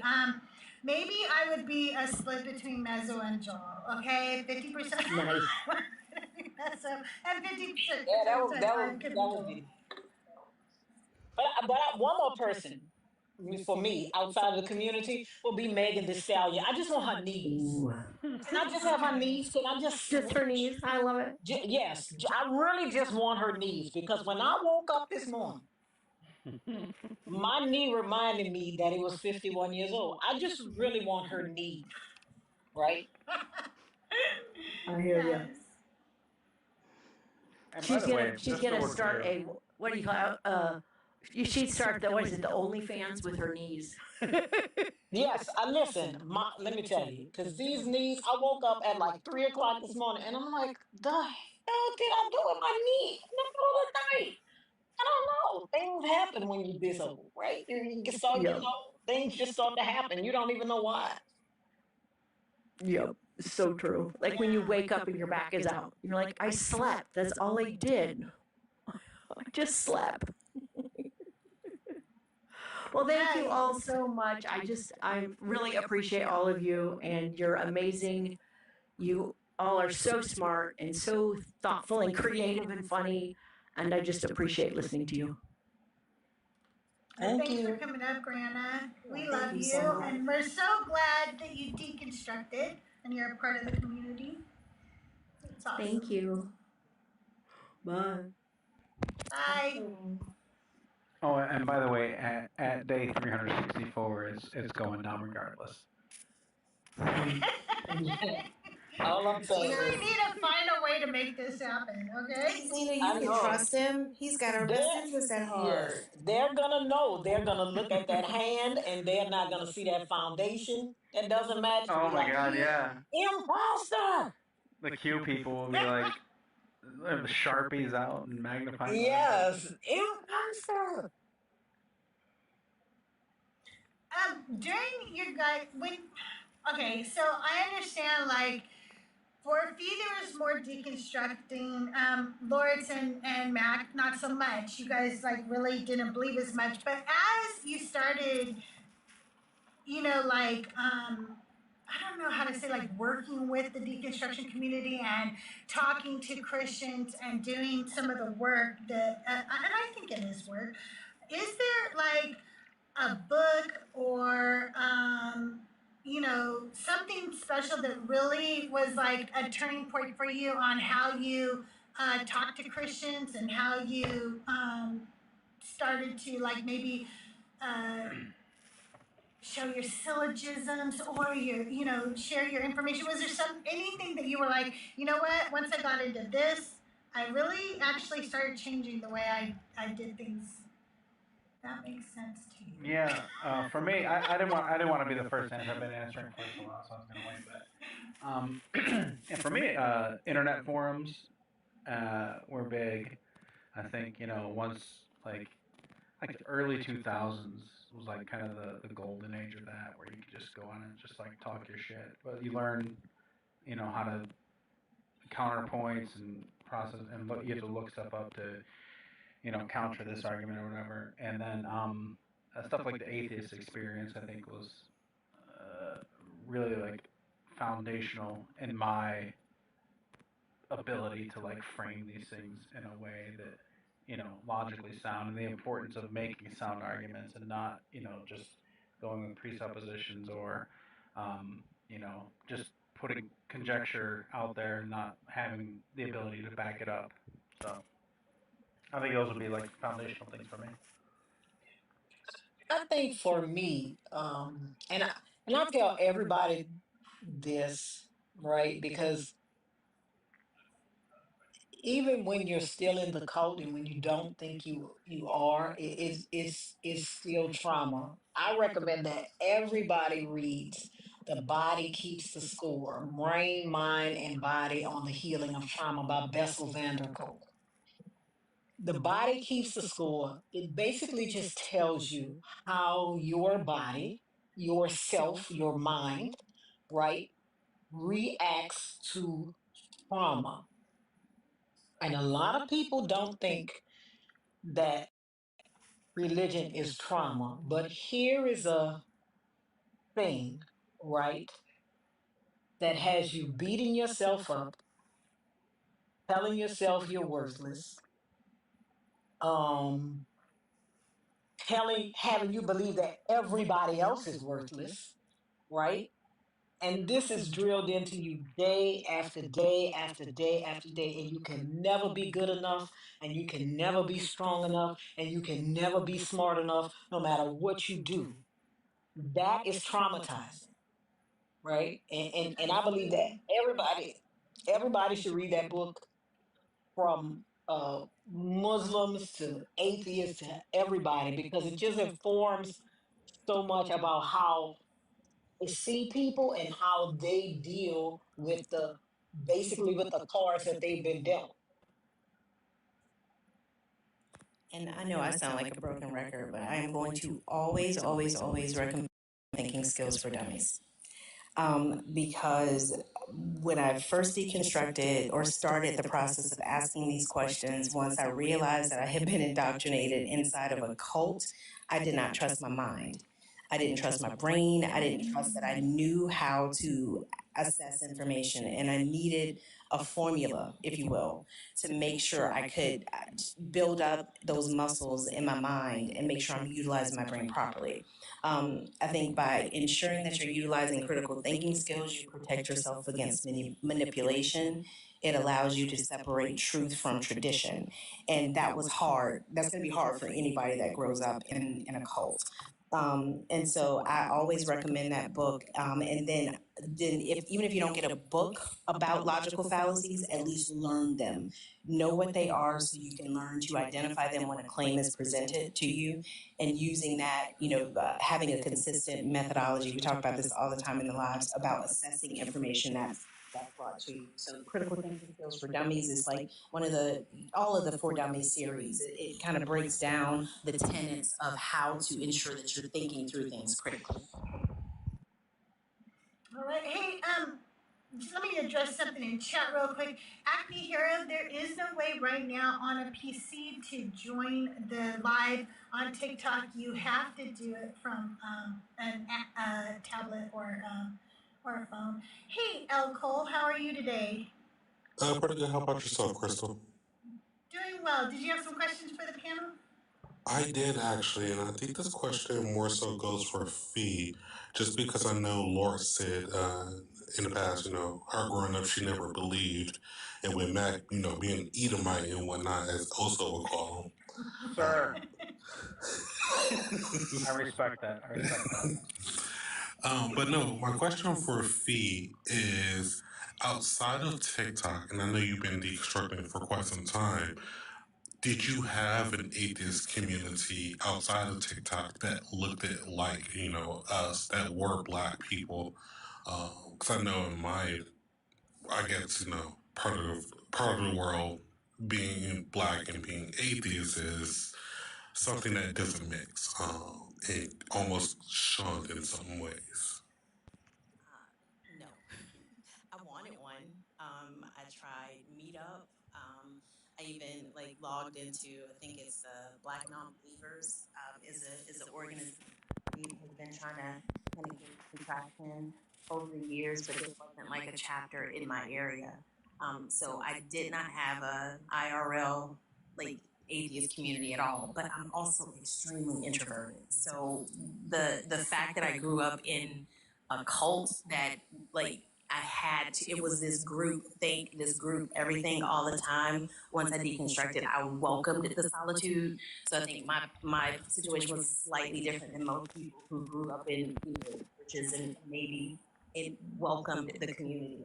I mean, we're human, so we're social creatures. So I did seek out trying to find former Jehovah's Witnesses, and there was one group, I think it was a meetup group that we had one like we met up at some Italian restaurant once, but again, they were all Edomites, and shared experience even within the cult was different. There is this long answer to your very direct question is no. I did not have any community in real life that I was able to find to start forming. This community is the first and only community I've ever had been a part of for non-believers, and it is hard. I don't think it's impossible, and I think as these conversations continue to happen, you may find that that community will start forming. I think it's in Dude's Discord. I may be wrong. He has a channel for each state, and yeah. So it could maybe be a part of his Discord, but I do think that the Discord is a great way to find people in your area. I was just texting Gaslight and a couple other folks that are in the DMV area. We're trying to figure out a time to connect and maybe just go have a meal together. And I think that's how communities start. So be safe, of course, because this is the internet and people are crazy.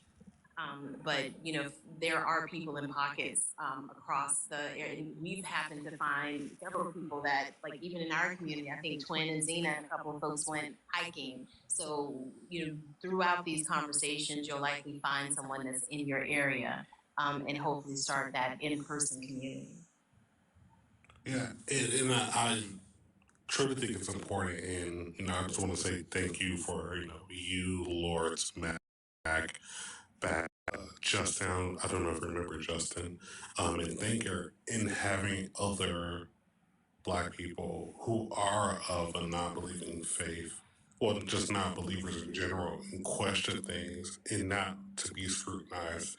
I know I started my journey when I was about maybe 14, and I didn't figure out the TikTok live until I was 30 years old. I'm 32. So seeing other people that look like me, sound like me, that grew up like me, is definitely an experience that if I had it when I was younger, it would have been amazing. But even having it now is still good. Yeah, I mean, we talk all the time about the value of this community, and I think I told everybody, like, I was mad for like 10 years. I was an angry atheist for a full ass decade. But I think I probably would have been able to help neutralize a lot of those emotions if I had the space to talk through a lot of the feelings and the questions that I had. The only thing I had was my journal. And I still have those journals, and I appreciate them because they were super helpful. But this community is something like nothing I've ever experienced. And I was part of what was, I'm using air quotes here, a worldwide organization. And this is claim they are. They were, they collaborated over a shared belief, if you will. And I think this community is forming over shared values of people, of humans, and I think that's something that's absolutely invaluable. 100%. I'm not going to take up too much more of your time, Crystal. Again, I want to thank you for letting me up here. Again, I want to thank Mac, Lorts, and Fee. You guys are amazing as well. Lorts and Fee, I do want y'all to start going live, if y'all can do that, so we can fill in those live gaps that we have between Christina and Thinker. That'd be amazing. Well, Lorts is gonna get banned like her very first live. Yeah, listen, I'm gonna try. Listen, I ain't gonna make no promise. Listen, Lorts ain't got no job, so she got time. It's fine. Yeah, I think about Justin a So you, lot. so you out the band too? I see. I mean, I don't know. I don't know what's going on. Oh, cool. If you have any other questions, feel free to stay up and ask them. There's nobody in the box right now, but if you have to drop down, I understand too. It's up to you. No, I'll stay up there. You go right ahead. Yeah, I don't know. I think about Justin, average Justin, right? Time to time. Yeah. I loved watching that dude. I loved interacting with him. I hope he's doing well. I don't know what he's up to, but I know he's like, because he's taking a couple of breaks, and it seems like he's taking a much longer one. So, if that's what he needs, then obviously that's what's best for him. But yeah, I'd love to see him around. How was the deconstruction journey for you, Mac? Were you always a non-believer, or did you grow up a believer and then as you got older, changed? No, I mean my parents took me to church when I was a kid, but it never really stuck. We went to different churches too, like a Baptist church when we were in Houston, Catholic churches when we were in New York. So I mean, none of it really stuck. So I was saying like earlier in the show, I was like I didn't really have to deconstruct because I never really had anything constructed. Like I didn't have a fear of hell. I didn't have reverence for God that I can remember. So it's like it wasn't like a big thing for me. I just like to argue. Hey, Lawrence and Matt, did you guys ever pretend to just to fit in or anything? No. No, I never really had to. The closest I come to pretending now is like when I play softball. We have like some teams will do like a prayer after the game in the field. And it's like I don't know, Christians have to like lift their leg on everything. But so I will stand there. I will stand there in the prayer circle, but I'm literally like just looking around at these guys and I'm thinking about because like they'll take like a request, like somebody who's like sick or dying or something. Like, let's do a little follow up on these people. Let's start writing names down and ask them in like 6 months. Hey, how are they doing? Yeah, keep a little notebook with Hold them you. accountable. Let's start looking on legacy.com. We can find out how they do. But me, I had to pretend because remember, I was a wedding and funeral singing lady. So Oh, I had to okay. pretend. All right? I had to. People would be like, "What you sing at Mama funeral?" And I would be like, "Okay, I'll sing at your mama's funeral. I'll do it because you grieving shit like that. But just know, bitch, I don't believe none of this." Well, on that same note, Lord, since I know you never believed, did you ever question why you didn't believe when you were younger? Almost like a everybody else around me gets it, why don't I get it type deal. I just thought everybody around me was stupid. I thought I was smart. Like y'all too stupid. Y'all don't know that You're not wrong. that this part says this and then this part says this. And also I used to ask my mama all the time, Mama, so if this is what I would pose to her every time. And she would tell me, go outside. If you tell me to do something, if you give me a choice, you tell me I can have ice cream or I can have a cookie. And I'll pick the ice cream. Would you get mad at me because you wanted me to pick the cookie? No, but my mom used to get mad at me if I picked And up. she would be like, well, why are you asking me that? And I would say, because that seems like what God is doing in his Bible. And she would be like, go outside. I'm just saying. You gave me a choice. No, you said, here's the cookie. Here's the thing. Like, I wouldn't eat the ice cream, but it looks so good. What the put it in if you didn't want me to eat it? If you didn't want me to eat it, I would just think you would want me to just give me the cookie. Just give me what you want me to have. Yeah. How you gonna offer me some shit and then you get mad when that's the thing I want? I never understood it. And so I thought everybody else around me was stupid. I didn't think that I was wrong. Why do they get it? I was like, maybe they dumb. I don't know. Remember, I when I was in the first grade, I went from first grade to third grade, right? So I didn't go to second grade. So the stuff in my mind, my mind used to work differently from everybody else's mind anyway. I thought because I just didn't understand why people couldn't understand what I understood. I didn't, and to this day, I'm an adult, I'm 51 years old, but to this day, sometimes I talk to my friends, I'm like, bitch, why don't you understand this? You don't see this in your head? And they're like, no, I don't. And that's how I always felt when I was a child. I'm like, this makes no sense. You don't see that this doesn't make any sense? But I think a lot of people saw it. It's just that that's what they were used to, right? They were always told not to question. It's just like children.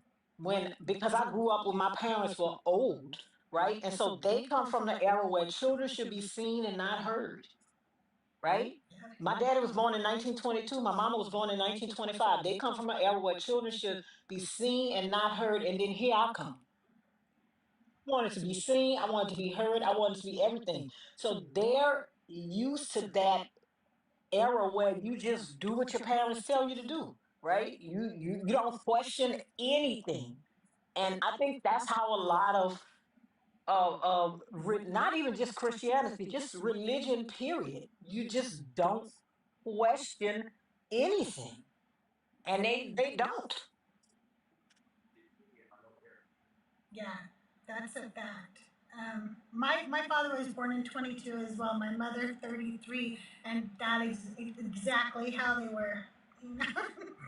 And that's how they expected you to be with God. Why are you questioning him? He's an authority figure. He's God. Don't question that. Oh, Cole, did you have any other questions? No, I think that's all I got for this amazing panel for today. Okay, well, you can stay up in case you have any other questions that come to your mind, or you can drop down. It's up to you. If you guys are listening on TikTok or YouTube, you guys can ask your questions in the chat. I'll be happy to read them out. Or the guest box is over here, open on TikTok. You can come up and ask your questions. We still have spaces available. What brings you joy now that you are out of it, Fee? What brings you joy? Wow. I think what brings me the most joy is knowing that I live my life authentically. And I think that living my life authentically challenges the narrative that's being presented through Christianity. I think Thinker and I were talking about this one day, and I compared it to, if you see footprints in the sand that somebody before you made, and you try to walk and step in those footprints, the gait that you use to land in the right place is stilted. It's not organic. It's not you. And I think that's what deconstruction feels like. It feels like stepping to the side of those footprints and realizing I don't have to step there. I can chart my own course. And there's an amount of freedom that comes with that. And there's also a insane amount of accountability that comes with that as well. Because no longer can you just go in your closet and pray for doing some shit you knew you shouldn't have done. You've got to face yourself and say, okay, you were impatient, or Fee, you shouldn't have said that, or whatever it was. Like there's a certain amount of freedom that also comes with accountability, because all of that rests on me.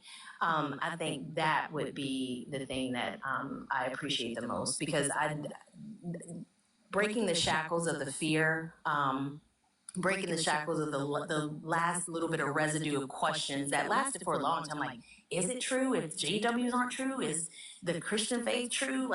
But educating myself through all of those questions and knowing and resting firmly in the fact that if this God is real, and I've been taught that this God values honesty, and I am absolutely being honest when I say I don't believe this is true. My mind does not compute this and land at it being true. being able to shake that fear and live authentically are probably the two things that I appreciate the most. I like that. I think that I think for me deconstructing it was so much freedom that I didn't realize. Like I don't know, like I didn't realize how much I was gonna appreciate little freedoms that you have when you're not a believer anymore. Like I've talked about this before, like the fact that I think that there's times when not only is it okay to lie, but you absolutely should lie. And as a Christian, I could not do that sometimes. And I think that I was honest to a fault. And and now I feel free to go, hey, guess what? It's not a sin. Nobody's gonna, send you to hell for lying now when it's the appropriate thing to do. And there's other little things like this is a freedom I didn't realize I would have. Like now realizing that nobody I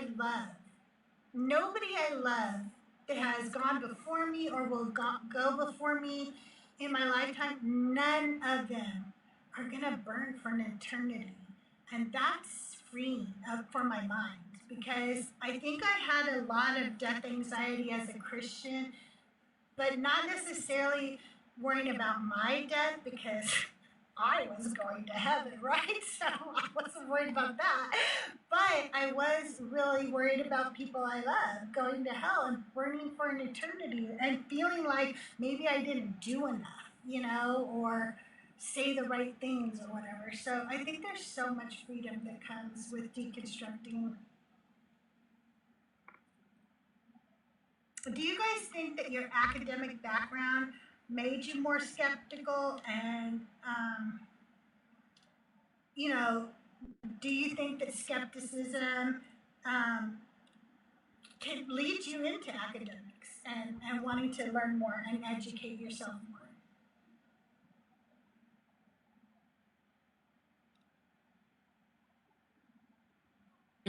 For me, I don't know because I was always the type of person where if somebody told me something, I would have to go see. Right? I gotta go see because I don't believe what you're saying. Right? I was from Missouri. You would have to just show me. Right? So I think when I was when faced with things, right, I always was somebody that had to go see for myself. I had to prove this for myself. Right? You telling me that this thing is possible or that it's not possible. I have to prove it to for myself. And I think everybody should have healthy skepticism, right? Absolutely.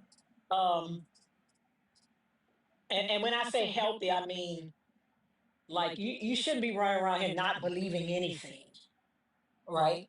But there is an amount of healthy skepticism that I think everybody should have because it allows you to go and see things for yourself, right? And that's how I was. You just couldn't just tell me anything, especially if what you saying to me doesn't make sense. Like if you're saying something, if you're telling me that the God who is his son, who is also his daddy, see like that kind of stuff, it just like what are you even talking about? That doesn't make sense. It doesn't make sense. I have to go see for myself how this makes sense. And it never made sense. So I think a healthy amount of skepticism is really good for anything. Um, but I don't I think because I was a person that liked science and math, that made me just want to investigate pretty much everything. everything. So you can't really just tell me stuff, right? I think that's it. And like I said, this shit just didn't make sense to me, and I don't think it makes sense to a lot of Christians. They just believe it because that's what they know. Yeah, and they use a lot of thought terminating techniques on themselves. Frankly, they do it all the time, you know? What about you, Mac and Fee? It wasn't education for me. I grew up as Jehovah's Witness, and no matter what they're trying to tell you, you couldn't go to college. Like, my dad was an elder. Like, you could not go to college. So it wasn't necessarily like higher education. Or I've always been like a studious person. I love reading. But it wasn't necessarily I think my education that made me skeptical, skeptical thinker. Thinker mentioned this TikTok, I think, the skeptical atheist, I think that's her name, or spiritual atheist. And she made a TikTok recently that was saying that people who deconstruct think in ways that lead to deconstruction. So I don't know if it's, nature versus nurture. I don't know. But I do think that I was a logical person, once I broke out of the confines of the religious indoctrination, and I knew that skepticism protected from deception. I knew that it encouraged informed decisions. And logic tells me that an informed decision is always going to be more thought out than an uninformed decision. So I think it's an uncomfortable thing in certain regards because it forces you to accept some truths about yourself and some underlying beliefs once you start, deconstructing from religion. But skepticism plays a huge part in it. It's kind of like checking a map before you go on a trip just to avoid going the wrong way. And I think if you approach a claim in that way, I don't know if I don't know about this. Let me look at the best information in support of it. Let me look at the best information against it and see where I land on that. And religion doesn't let you do that because it tells you what to think. So I think that skepticism came from just realizing how unskeptical I had been in the first 30 years of my life, and I knew I didn't want to live the rest of them that way. Yeah, I think that rings pretty true. I think it's a lot about like kind of brain chemistry, honestly, because I think like like Fee and I have very similar our brain fashion, but our upbringings were very different with regards to religion. So it's like if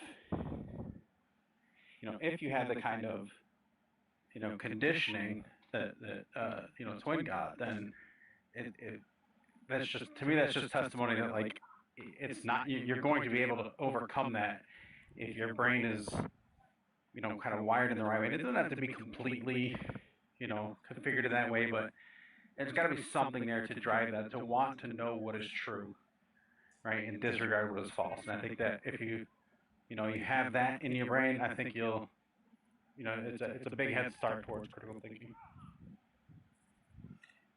Fee, this would probably be a good question for you. Darville Forrest says, as an atheist, how do you manage family environment when Jehovah's Witnesses are in the family?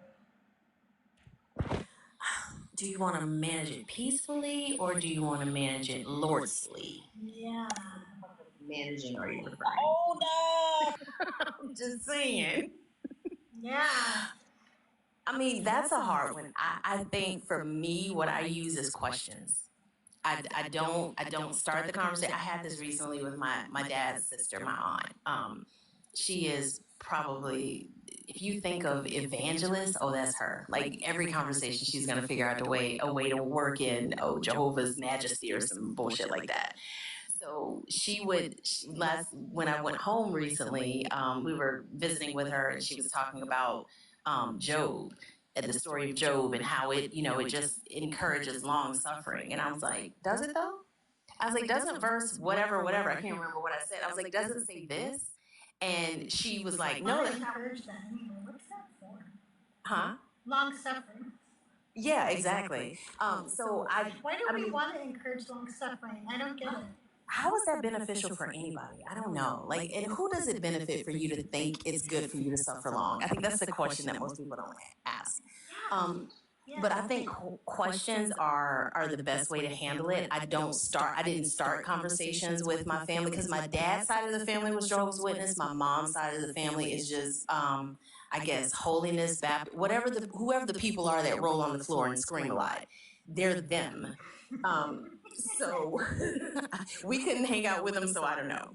But I think having some kind of prepared questions or responses that are not necessarily incendiary, but clear, like, yeah, but the Bible says God is the one that brought Job up in this verse, in that chapter, this chapter, in this verse. If they are pushy, familiarize yourself with their belief systems and the anecdote to those belief systems, because I can guarantee you they're in the Bible. They've made all of that shit up.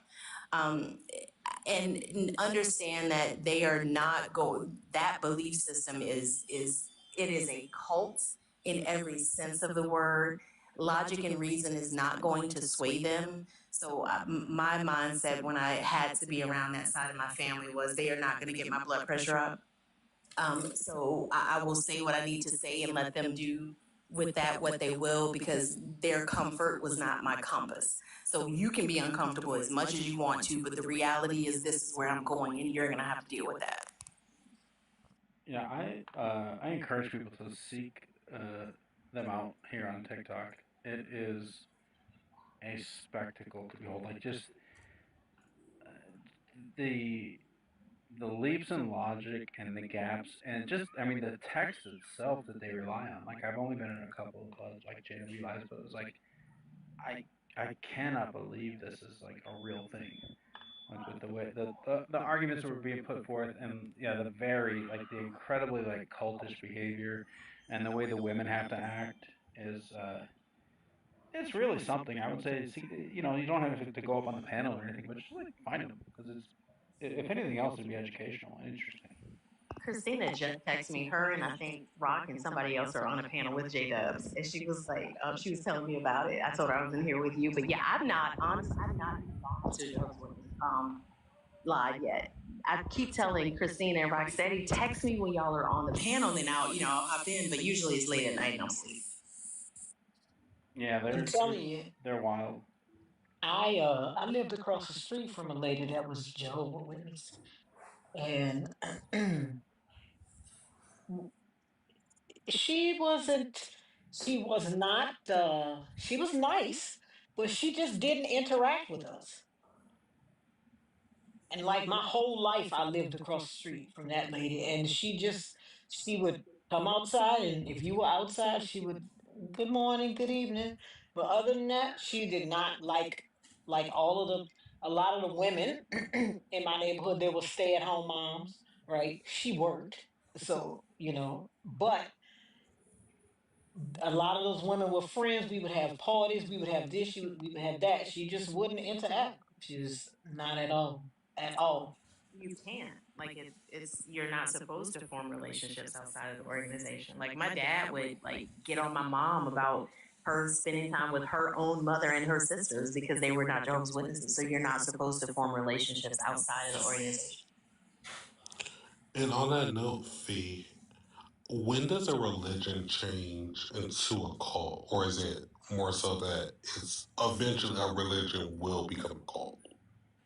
I think all religions are cults. The only difference is like it becomes a religion when there's like numbers and political influence. Yeah, it's a matter of scale. Yeah, scale. Like it's literally the same thing. Like when your religion gets to the point that it has numbers and political influence, when your cult gets to the point that it has numbers and political influence, then it's a religion.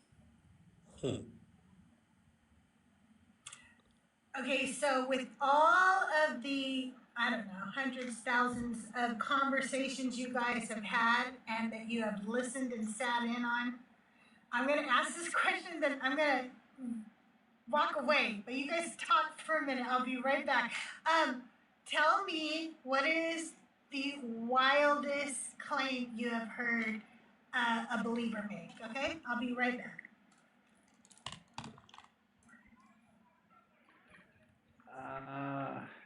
This is recency bias creeping in, but I'll just throw something out there so there's something to talk about while I actually think of like a wilder thing. But I definitely remember, this is like a week ago, like bitter truth, like saying that David and Bathsheba weren't married. Yeah, I remember that. Yes. And like, no matter where you would take him, he just would deny it. And like, that's his own mental whatever configuration. But it's still just so wild that you can like you hold his nose up against it, and it's just no. Like it to me is it's not the belief itself isn't so wild. I mean, it's stupid and unfounded, but it's not like absurd. But just the way you arrive at that and the way you insist upon it is absolutely wild. Yeah, that was. Wildest claim I've heard, Mrs. Jesus Christ, that she's married to Jesus. Yeah. Or the Garden of Eden, the tree was a big old what's it. Yeah, that's the one I was gonna pick. It was like it was like a menage a trinity up in the garden, I guess, with like all of them getting down. I hadn't heard that before. The one where she said that Adam watched Eve and Satan have sex. Yeah. That was That another, one. yeah. Mhm. Yeah, Adam was in the cuck chair, yeah. I mean, I was thinking the snake was an actual snake, but I guess not. Like I didn't know. I Yeah. did see the Jess video recently, Christian Jess, who is pregnant with, is it the Holy Spirit baby? Whose baby is No, it's her heavenly husband, It's her heavenly husband's baby. Yes. who was that her boyfriend in the 90s. And It's really sad. Like, it's So upsetting. wait a minute. Hold up. Hold the phone. He was not her husband in real life? No, they dated. The boyfriend. She never got over him. I thought that he was her boyfriend and then he became her husband and then he unalive. No, he was never her boyfriend. That's the story she told us. Yeah, no, she's married to her husband. They haven't done it in 5 years. OMG. I thought she meant her current husband was unalive. Nah. They're still married, and he's alive. But she is, I don't know, I don't know, not cheating. I guess it would be, but I guess she doesn't view it that way. It's like higher, it's above all that. because she tells her husband. But this is legit mental right? illness. Like, this is really Yeah. psychosis. Like, It's a spiritual open relationship. yeah. No, yeah, Muffy, I agree. It's really just, at the end of the day, it's just sad. Like, When she said that, I really thought she was joking. When she first said it in the chat, Me too. I really thought that she was joking. I didn't know she was serious. Mm-hmm. Yeah, I see Shima Saya too. Also sends me her lives, but I feel like I don't know how serious she is about it, or like how much of it's just like a way to get engagement or something. It doesn't seem all that genuine to me. Yeah. There is something a little, like, I don't know, like, not as serious, yeah. What is something really funny somebody has told you guys as, proof of God's existence? Like, for instance, we had somebody last night say, math is in everything, so that proves God. And I let him go on for a little bit, and then I asked him, do you mean like math because like we can measure everything? Is that like what you're saying? Like, because I can measure how big something is even on a microscopic scale, or huge the sun is, or what? Is that what you're saying? And basically, yes, that it was you saying. That's what he was saying, and I was like, that's the dumbest thing I've ever heard. Of course, everything can be measured. What do you mean? How does that make it God? So what is something dumb that you guys have had as a argument for God? Argument for God or argument from someone who believes in God? Because somebody told us. Somebody who believes in God. Yeah, a dude told us that the sun was powered by vibranium. Now, I will add that also fed him the vibranium piece. So that needs to be added. But he on his own felt that believed that the sun was on fire, literally on fire, and also told him that it was lit by vibranium.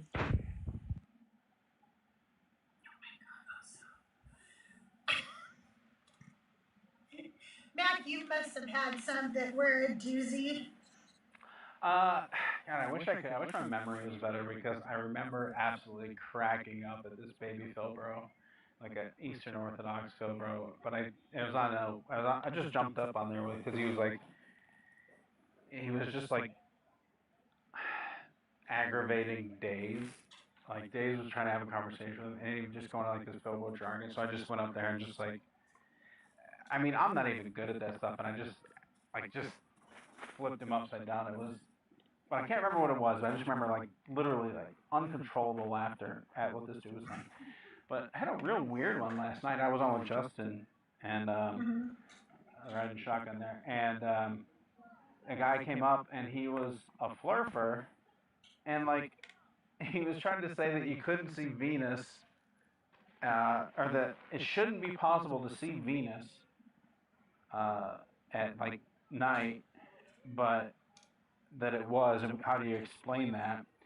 And the funny thing is, we were walking through it, and we were using a spherical model to show how it couldn't be done and stuff like that. And then we flipped over to him being a flat earther, and I'm like, well, what about the Venus thing? He's like, yeah, I guess that's some cognitive dissonance on my part. And I'm like, you're not supposed to say it. Like, that's not on you to call out. Wow. Yeah, like he said it like 4 times, and I'm just like, if you know it, fix it. That's not just like a quirk you have. It means your brain's broken. But Yeah, I was listening to that show last night. Actually, like it was. I've never heard Justin actually talk to flirters before, so it was really nice to listen and. Okay. No, and just to learn different things like about GPS and about how you talked about Venus and why we see it at night, and I guess somewhere else in the morning, right? Yeah, it's just based on the angle that it takes in its orbit. Sometimes it's morning, sometimes it's evening. And look, I'm not schooled in this stuff at all, but it's just so basic to me that it's like so the most easily refuted thing. But like we ended up talking about in that it was like they don't. It's not the idea of a flat Earth that's appealing to them, or even like being right about that. It's about having secret knowledge. It's about uncovering something that the powerful don't want you to know about. That's all it is. It's like every other conspiracy theory. It's just, disenfranchised or isolated people just wanting some semblance of power. That makes sense. Like I never thought of it like that. Yeah, it's what drives like most conspiracy theories, if not all. A question I do have for you guys, and it's kind of to piggyback off what you just said, Crystal. When you all were a believer, what was the craziest claim that you all made for God? And that question's for one person. Oh wow. I don't remember ever defending the God. Yeah, I had Or to even defend arguing. I had to defend a lot. I knocked on a lot of doors. I conducted a lot of Bible studies to try to bring people into it. I will say this. I'm proud of the fact that I never studied with a person to the point that they got baptized. So they didn't become a witness as a result of my efforts, but I did knock on a lot of doors, or bricks, if you will, to avoid knocking on doors. I think the whole idea of Armageddon and the Jehovah's Witness idea of 144,000 going to heaven, like in all of humanity. Now that I realize that the earth is not 6,000 years old and humanity didn't start in the Garden of Eden, having convincing people or talking to people about the fact that there are only 144,000 humans who have been selected by God to go to heaven, and the rest of us will live on earth in a paradise where lions will eat straw like lambs, like just the nonsense that we hear a lot of believers coming up here insane. But I think on a Jehovah's Witness level is a little more intense.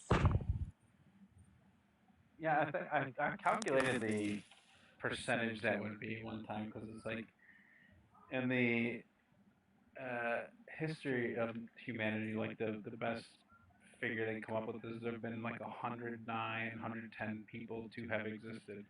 Or sorry, 109, 110 billion people to have existed in the history of the planet. So you take that 144 and put it over that, and it's like you're getting like 6 zeros before you hit the one. Like it's such a tiny number, and it's like how could you think that that God is even good? And Twin, the crazy part about it is annually there's a report that comes out that shows the number of people who claim to be part of the 144,000. And if you add up all the numbers, which I did once I started deconstructing, if you add up all the numbers of the people who what they call partaking of the emblems that signifies your membership into heaven, it's well into the millions. So like they don't even recognize that. Like it's insane. That's just wild. I mean, also, do they forget that those people will be virgins too? Virgin males. Yeah. Virgin males, exactly. They will be virgin males. So if Well, you what's got fun? kids, you will not be. That cuts out a lot of men. If you got kids, you will not be the 144,000. Yeah, they try to say. I've heard the apologetic for that is that it's a spiritual, like spiritually clean. Like it's not a physical version, but the text itself says they had not defiled themselves with a woman. Like it's Yes. very clear that it is talking about like sex. Like the idea that you could just dance around that is always interesting to me. But it's always the guys with 144 in their names that are like, Yeah, just exactly. bust their chops about that. Yahweh 144K. Like what? Yeah, but I got four children by eight baby mamas, but I'm still the 144. It's always somebody like that. It's, how many children you have?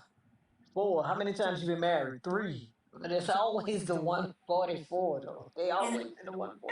And Lois, the crazy part about it is they're supposed to be virgins. So how do you have that? You know what? Never mind. That's what I'm saying. Maybe it was immaculate conception. Who knows? Perhaps. Who knows? Yeah, they gloss right over the defile themselves with women part. It's like no, it's spiritual virgins. Everything's spiritual. But also, you're not a spiritual virgin, right? There's got to be some kind of spiritual hymen, and I'm sure you broke it before you were saved. I mean, that's true. Like, because even Spiritual if you, hymen.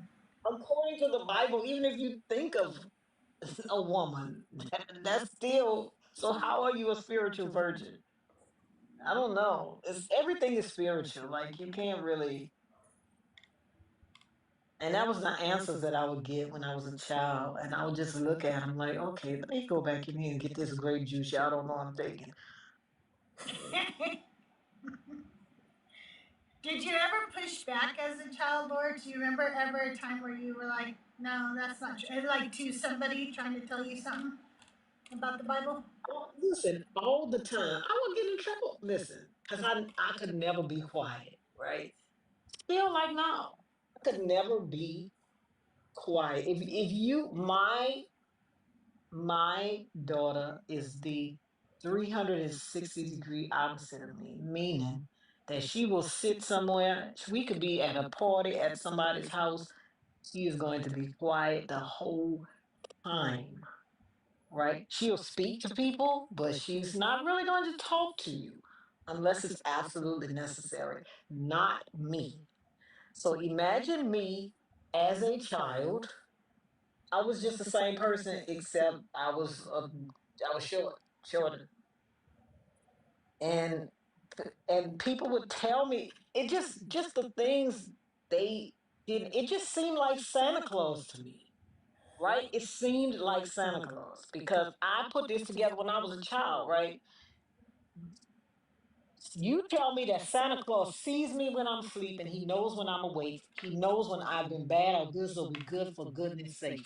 Why is and I asked my mom, I asked people in church, why did I get to an age where I'm not supposed to believe in Santa Claus, but I'm still supposed to believe in God? And those people do the same thing. They have the same function. They are voyeurs, all of them. Santa Claus, God. It's true. So why am I not supposed to believe in Santa Claus anymore, but I'm still supposed to believe in God? I don't know. It just, I don't know. Doesn't God still see everything I'm doing? Well, why can't I believe in Santa anymore? It's the same thing. It really is. Hey, you guys, I see a lot of people joining. Thanks for being here. We're in the last hour of the show, so in a little bit, we're going to play Decon. So if you want to play, put a request in. But if you have questions for Mackluster, Lorts, or Fee, come on up or ask your question in chat, and I'll be happy to read it. Thank you so much for the 43,000 likes and all the gifts and the sharing, and for doing all the wonderful things you guys do. I really appreciate every single one of you. I was going to ask a question that I forgot. Do you think that you approach deconstructing differently, Lords, than like the people that you're talking to? Not you deconstructing, but the people that you're talking to differently than other people on the panel, because you didn't really have to deconstruct? Like, do you have a different approach, you think? I think so, because I don't think that's a good thing, because I find that I have less empathy for people because I really don't know what they're going through. You know, I can't understand it. And so I don't think that's a good thing, but I do think that it is, like I said, I can't really understand what you see about this thing. Do So I you mean, think it made you more empathetic because you can? Do you think you're more empathetic with Christians and believers because you did have to go through that deconstruction process? Yeah, Not I more think so. empathetic than Lords, more empathetic than No, you were no, not before. right, no, right. he is definitely more empathetic. Let me tell you something. Now we're not gonna do that, Crystal. Now, No, he is Fee's more empathetic definitely than anybody I know. more Okay, empathetic than me. I think a fucking rock is probably more empathetic than me. But hey, Lord, don't say that. That's not true. But yes, Crystal, I do. I think because I can remember, like I shared a couple weeks, maybe it's probably a month or so ago, about this conversation I had with a person on a bus. This goes way, way back. Like this is when I was super, super young, before I even moved to Virginia. There was a Watchtower publication that was printed, and the front of it was, "Is Jehovah's Witnesses, are Jehovah's Witnesses a cult?" And I was, as a dutiful Jehovah's Witness, I'm riding a bus to work, and I had my publications to be able to, pass out to people on the bus. And this guy sat next to me on the bus, and he was like, "Oh, that's interesting." And he proceeded to very succinctly rip me a new asshole. And I didn't I heard what he was saying. Every single thing that he said made logical sense, but my brain could not comprehend it. There was a literal block, it felt like, in my brain to comprehend what he was saying, even though there was a part of me that logically followed it, but there was a bigger part of me that was too afraid to let the logical part of my brain process it. So I remember that. I remember those feelings. I remember that dissonance, and that happened easily 10 years before I actually started deconstructing and walking away from the religion. So I think it's that 10-year time span where intermittently I would kind of go back to that conversation and have questions, but I couldn't let myself think about it because I was afraid. And that fear is such I think there's a scripture that says fear exercises restraint. I don't know what it's about per se. I know how Jehovah's Witnesses framed it, so I don't want to talk about the context of it. But I do think that being afraid of a thing will become the restraint to you pushing against the thing that you're afraid of. So yeah, I do try my very best. It gets real hard when folks start punching down against like the LGBTQIA community or being, any of the isms like, sexism and all of those other isms, racism. It gets hard for me to be empathetic about for believers when they step into that realm. But when it's doctrinal, I try to lead with empathy. It is difficult sometimes because at a certain point you're like, okay, let the logic kick in. But then I go back to that moment on the bus and I knew the logic was there. I recognized it, but I couldn't move. So yeah, I do think that does make a difference. I've really tried to become like calmer because I feel like when I first started going up on panels and stuff, I feel like I was very angry, but I thought about it a lot and processed those emotions, and I think it's because like I did see myself in the Christians and the ridiculous things they were saying. I realized like I would have said those same things. I know I said those same things. I know that I used to say I've read the Bible through many times. And now that I think about it, I don't think that that's a true statement. I don't know why I said that all the time. I don't even know if I read all the way the cover, from cover to cover. I don't know. I used to teach Bible study and I used to teach Sunday school and I read the Bible a lot, but I don't know that I've ever read it cover to cover. But I said that and I hear them say it all the time and I think, don't get mad. You used to say that same shit too. I don't know where we learn to lie so much as Christians, but I am trying to be calmer and put myself in their shoes. I have a sign that I put up under my phone now when I live. It says "calm down," just to remind me, But I do have trouble when they're bigots and stuff like that. Then I don't stay so calm.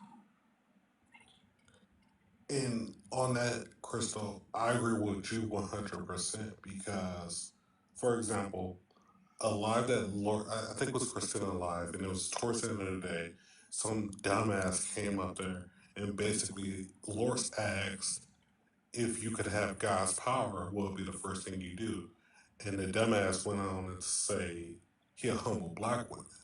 And of course, Lorts Ripton says as for that. But how do you handle those moments where you can see the stupidity and you see it on like Ty's live, which I love Ty. I can only probably do about 10 minutes in Ty live before I get pissed because somebody's going to say something outrageously stupid. And in those moments, how do you all hold yourselves calm to be able to have that conversation with that person still after they just said something like that? Oh no, I don't. The first thing I say is the thing I told him. Make sure you humble your mama first. Start with her. Start with her. Start with your daughters. Start with your sisters, your aunts. Start with the women in your family. And then when you finish humbling them, you can humble all the other black women. But make sure you start with your mama first. Lords, I will let you know I did steal your line of keep it on you and keep it loaded. Yeah, I have told my I'm sister. just saying because somebody,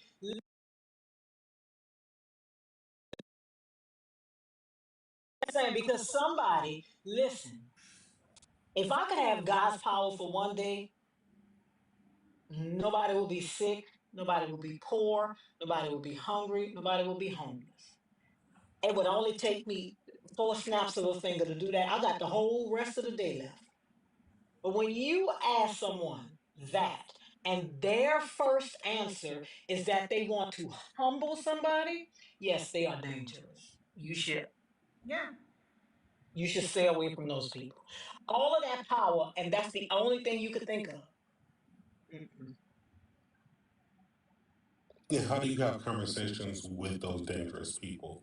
Because y'all are able to Tell them continue they're that dangerous. I'm conversation. like, you are dangerous.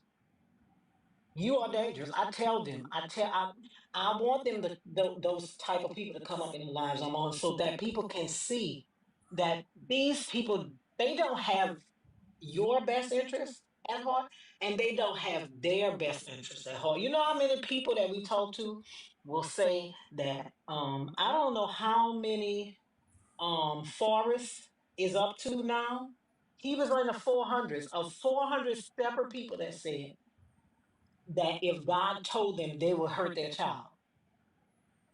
These are not the same people, these 400 separate people that have said that, over 400, right? We have to see these people for who they are. Unless something drastic happens, they are not going to change. So you just gotta call them out. You have to. And I agree 100% with that. And I think how we, like I said, all the time with this community and the various approaches, and there's a wide range, and all of those that fall into that range are effective for different people. So when you talk about how to remain calm, personally, I want to respond and not react. That's like my goal. And I couple that with wanting to maintain who I am despite who others aren't. And it pisses me off when they get like I can't stand Ty's live long because of that. Like I be wanting to windmill on them, and she handles it with so much grace, so much more grace than they deserve. But I know that my trigger is punching down.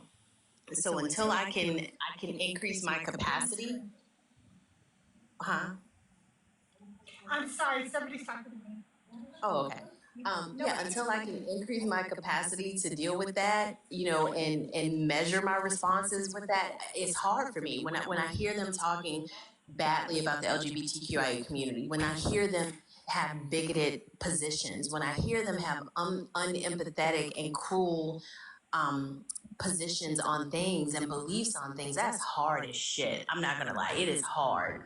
But I think about what my goal is, and my goal is for them to see themselves the way I see them, the way I think the world sees them, and for them to sit with the entailments of their belief system. So it's not easy, and that's why I stay on mute most of the time. I'm not gonna lie, like it is not easy, especially when I hear them just being mean and heartless for no reason whatsoever.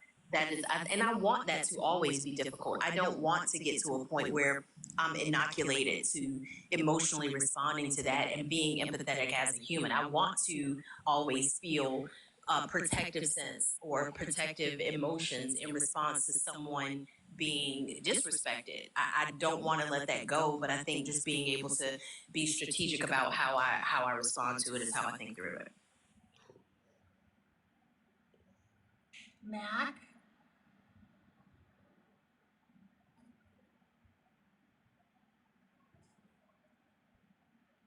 Mac, did you want to answer? What she said. No, I am. I am on the softball field. So I'm trying to get in when I can. But yeah, I think I can speak for a little bit. Yeah, I think in large part agree with Twin. I think it's kind of a layered question for me because like the immediate like in the true sense of like a pet peeve, like what sets me off is just like the lying. Right, like just lying to my face and if I know you're lying, that's like what I mean? That makes it worse. Like you're not just up there like talking out of your ass, but you're trying to pull it over. That really gets me. But yeah, I think on a deeper sense, it's the complete lack of empathy, the complete myopic worldview is what really like that's what really troubles me.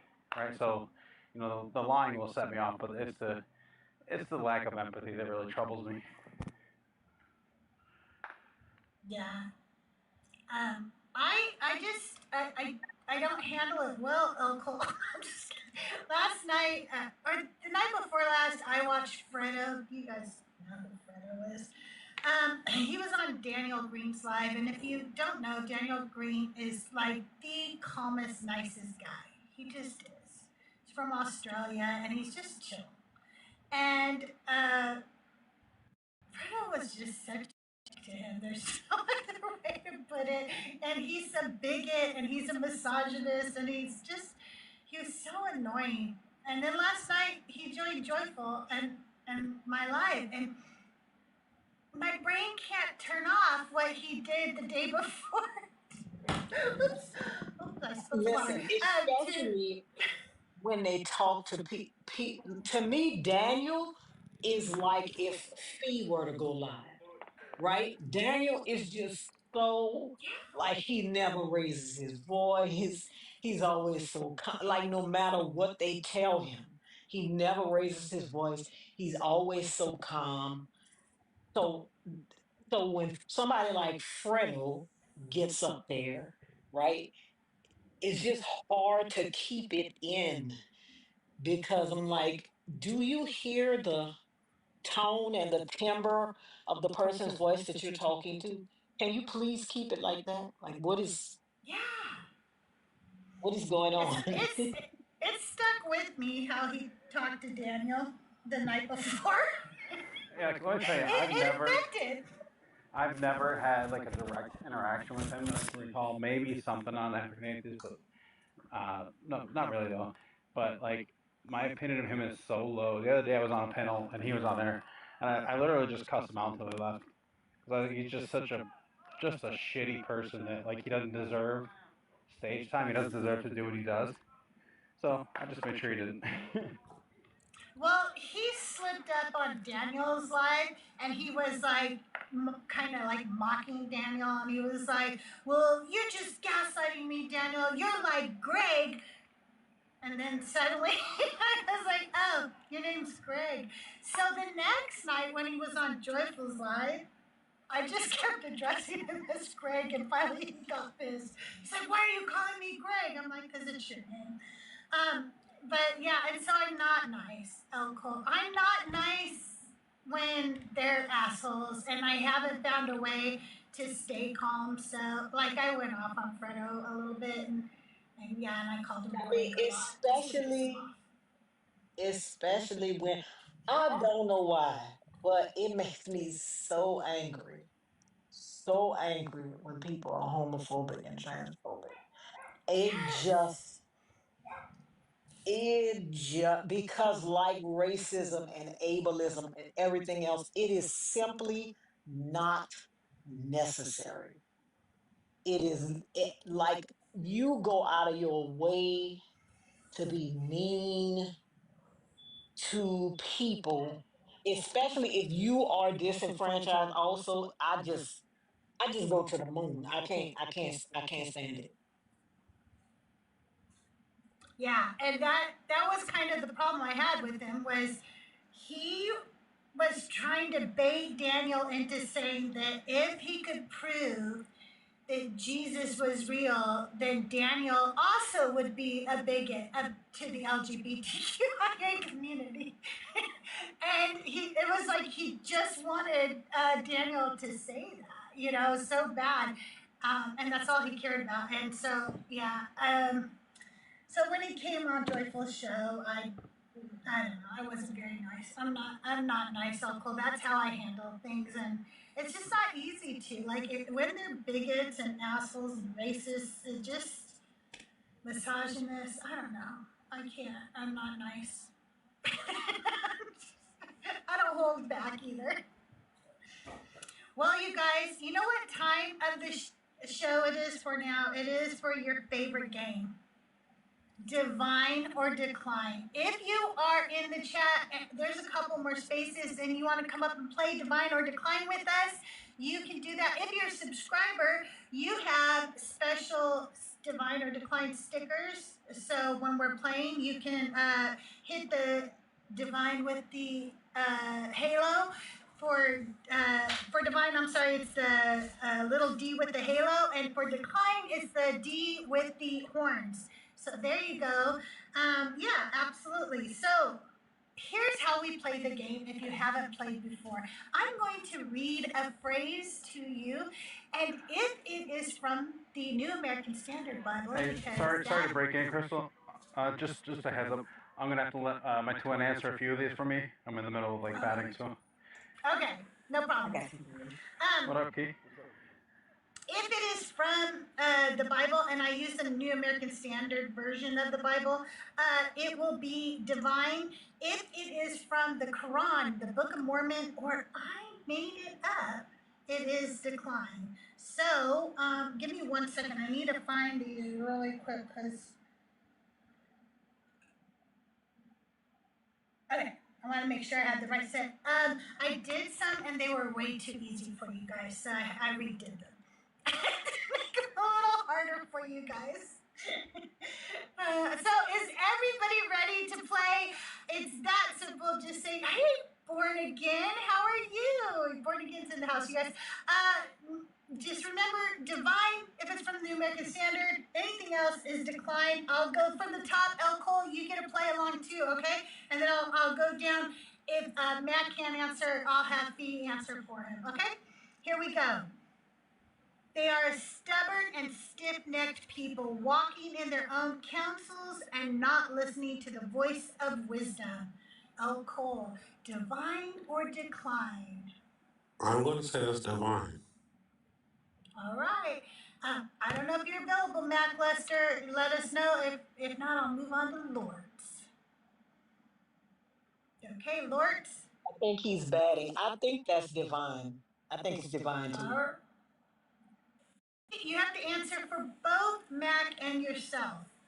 So for me, I'm going to say divine. For Twin, I'm going to say decline. That way, either of us will win.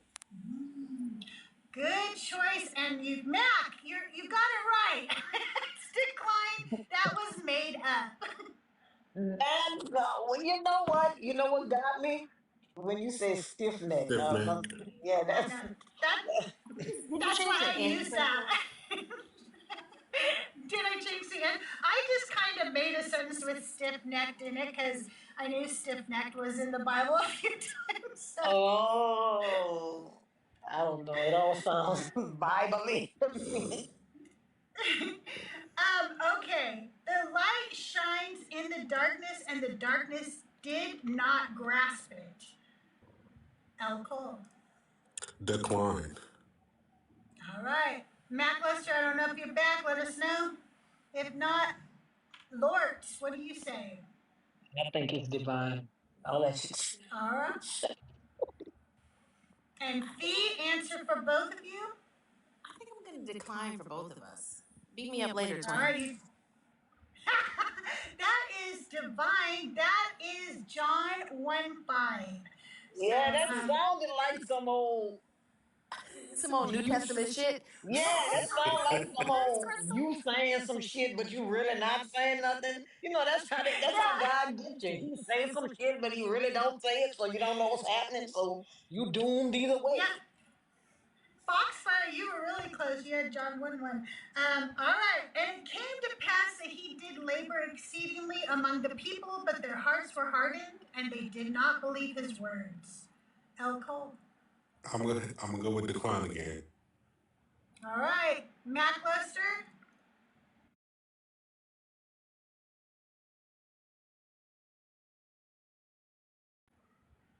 All right.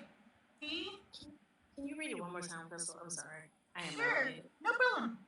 I wish I was right. I will be when we get done. And it came to pass that he did labor exceedingly among the people, but their hearts were hardened, and they did not believe his words. A double divine. I'm going to say divine. Yes, Twin is Okay. there. For divine. All right. Well, you're both wrong. That's decline. That's Book of Really? Mormon. Listen, That's that Book was of the Book of Mormon, Mormon. Esther 12:3. Mm-hmm. Oh, Yep. Did El Cole decline? El Cole, did you decline that one? Yes, I did. See? listen. Okay. All I'm Wait, saying Ellie? is, all of that shit sound the same. It's I know. divine if it's from the Bible. It's decline if it comes from the Book of Mormon, the Quran, or she made it up. All right, here we go. Do not boast about tomorrow, for you do not know what a day may bring. Uncle?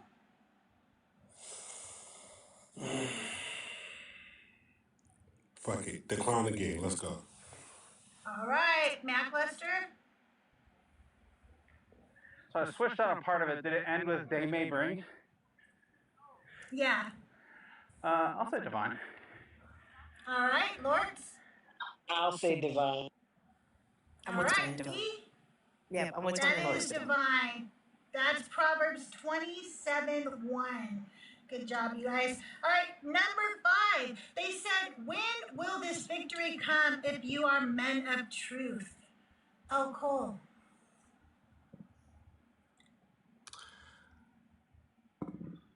I'm gonna say decline on that one. All right, Mackluster. I'm gonna say decline. Okay, Lorts. Decline. Decline. Yep, decline. See? That is decline. That is from the Quran, Surah 32:28. Yeah, All that right, didn't number sound 6. threatening. That didn't sound threatening enough for God. All right.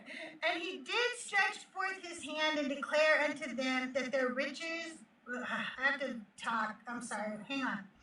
And he did stretch forth his hand and declare unto them that their riches were as dross, and their fine clothing as moth-eaten garments. Elko. Divine. All right. Mackluster. I'm gonna say decline. All right. Lords. Divine. Okay. Fee. I'm gonna stick with my twin on this one, decline. That is declined. That is from the 1830 Book of Mormon, Helaman 13:30 and 31. You know what I should have known when you said dross. Right? I didn't even know what I was saying though. I'm like, I don't know I what a should have dross known is, when you but said well, you know what? I heard that. Scratched off his hand. I heard there's a podcast that I listen to called oh, what the hell is it? I can't ever remember the name of this podcast, but he talks about like old, like maybe ghost stories and stuff. And he one of his episodes, he says that word dross. I should have known it was some old shit. Was it Memory Palace? No, it's oh, what is it? I cannot think of the name of that podcast. It's one word, and I can't ever think of the name of this word. Lore. That's it, lore. something regarded as worthless, that is dross, in case you would all like a new vocabulary word. Okay, number 7. The sluggard buries his hand in the dish. He is weary of bringing it to his mouth again. Oh, Cole. Oh, decline. All right, Mackluster. I'm gonna go with decline. All right, Lords.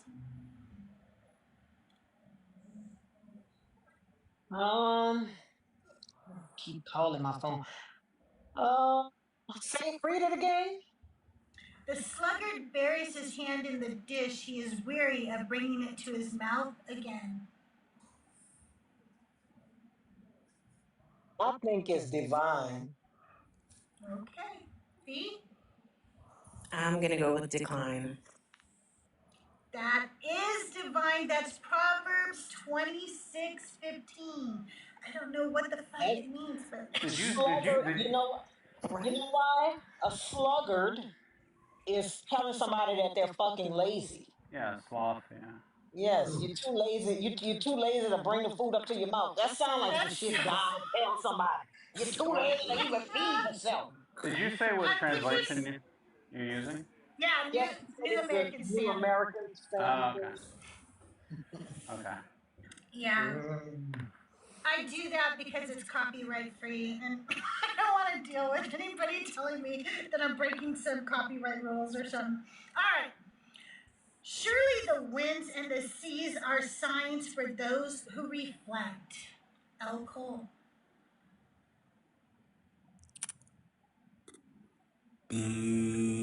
Decline. All right, Mackluster. Yeah, that sounds like Quran. All right, Lords. Yeah, I say two. Decline. All right, Ditto. Fee. Yep, ditto. You're right. Decline. That is from the Quran. That's Surah 45:5. Good call, Matt.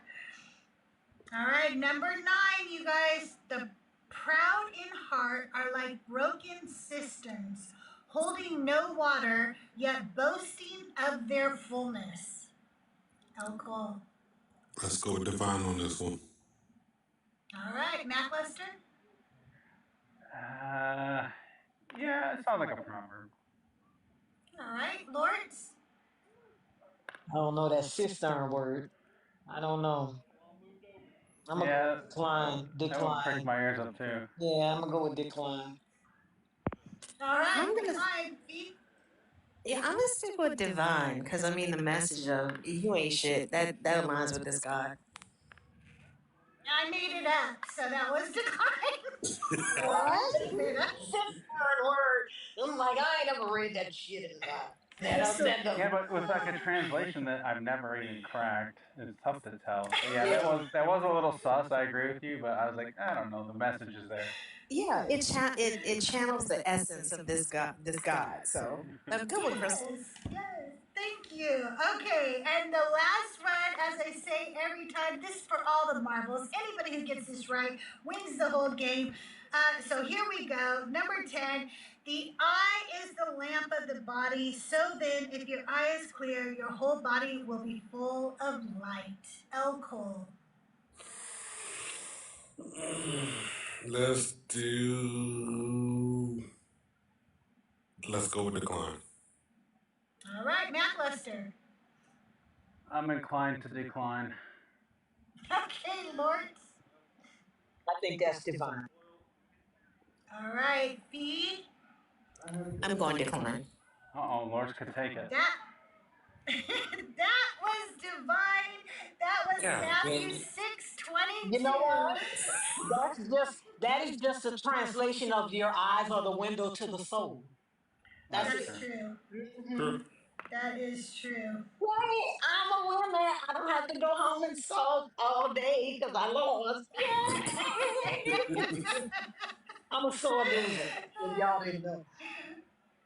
Well, thank you guys so much for being here.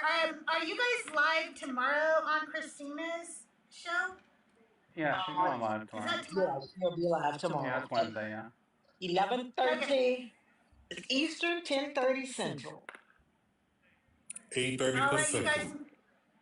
Make sure you check out Christina Carroll and make sure you're following Mackluster, Lords, and Fee.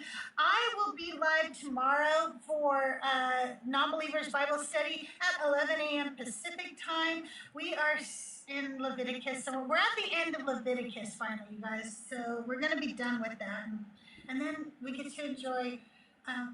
Numbers or something. I don't know. It's just another boring book, okay? Come be bored with us in Non-Believers Bible Study.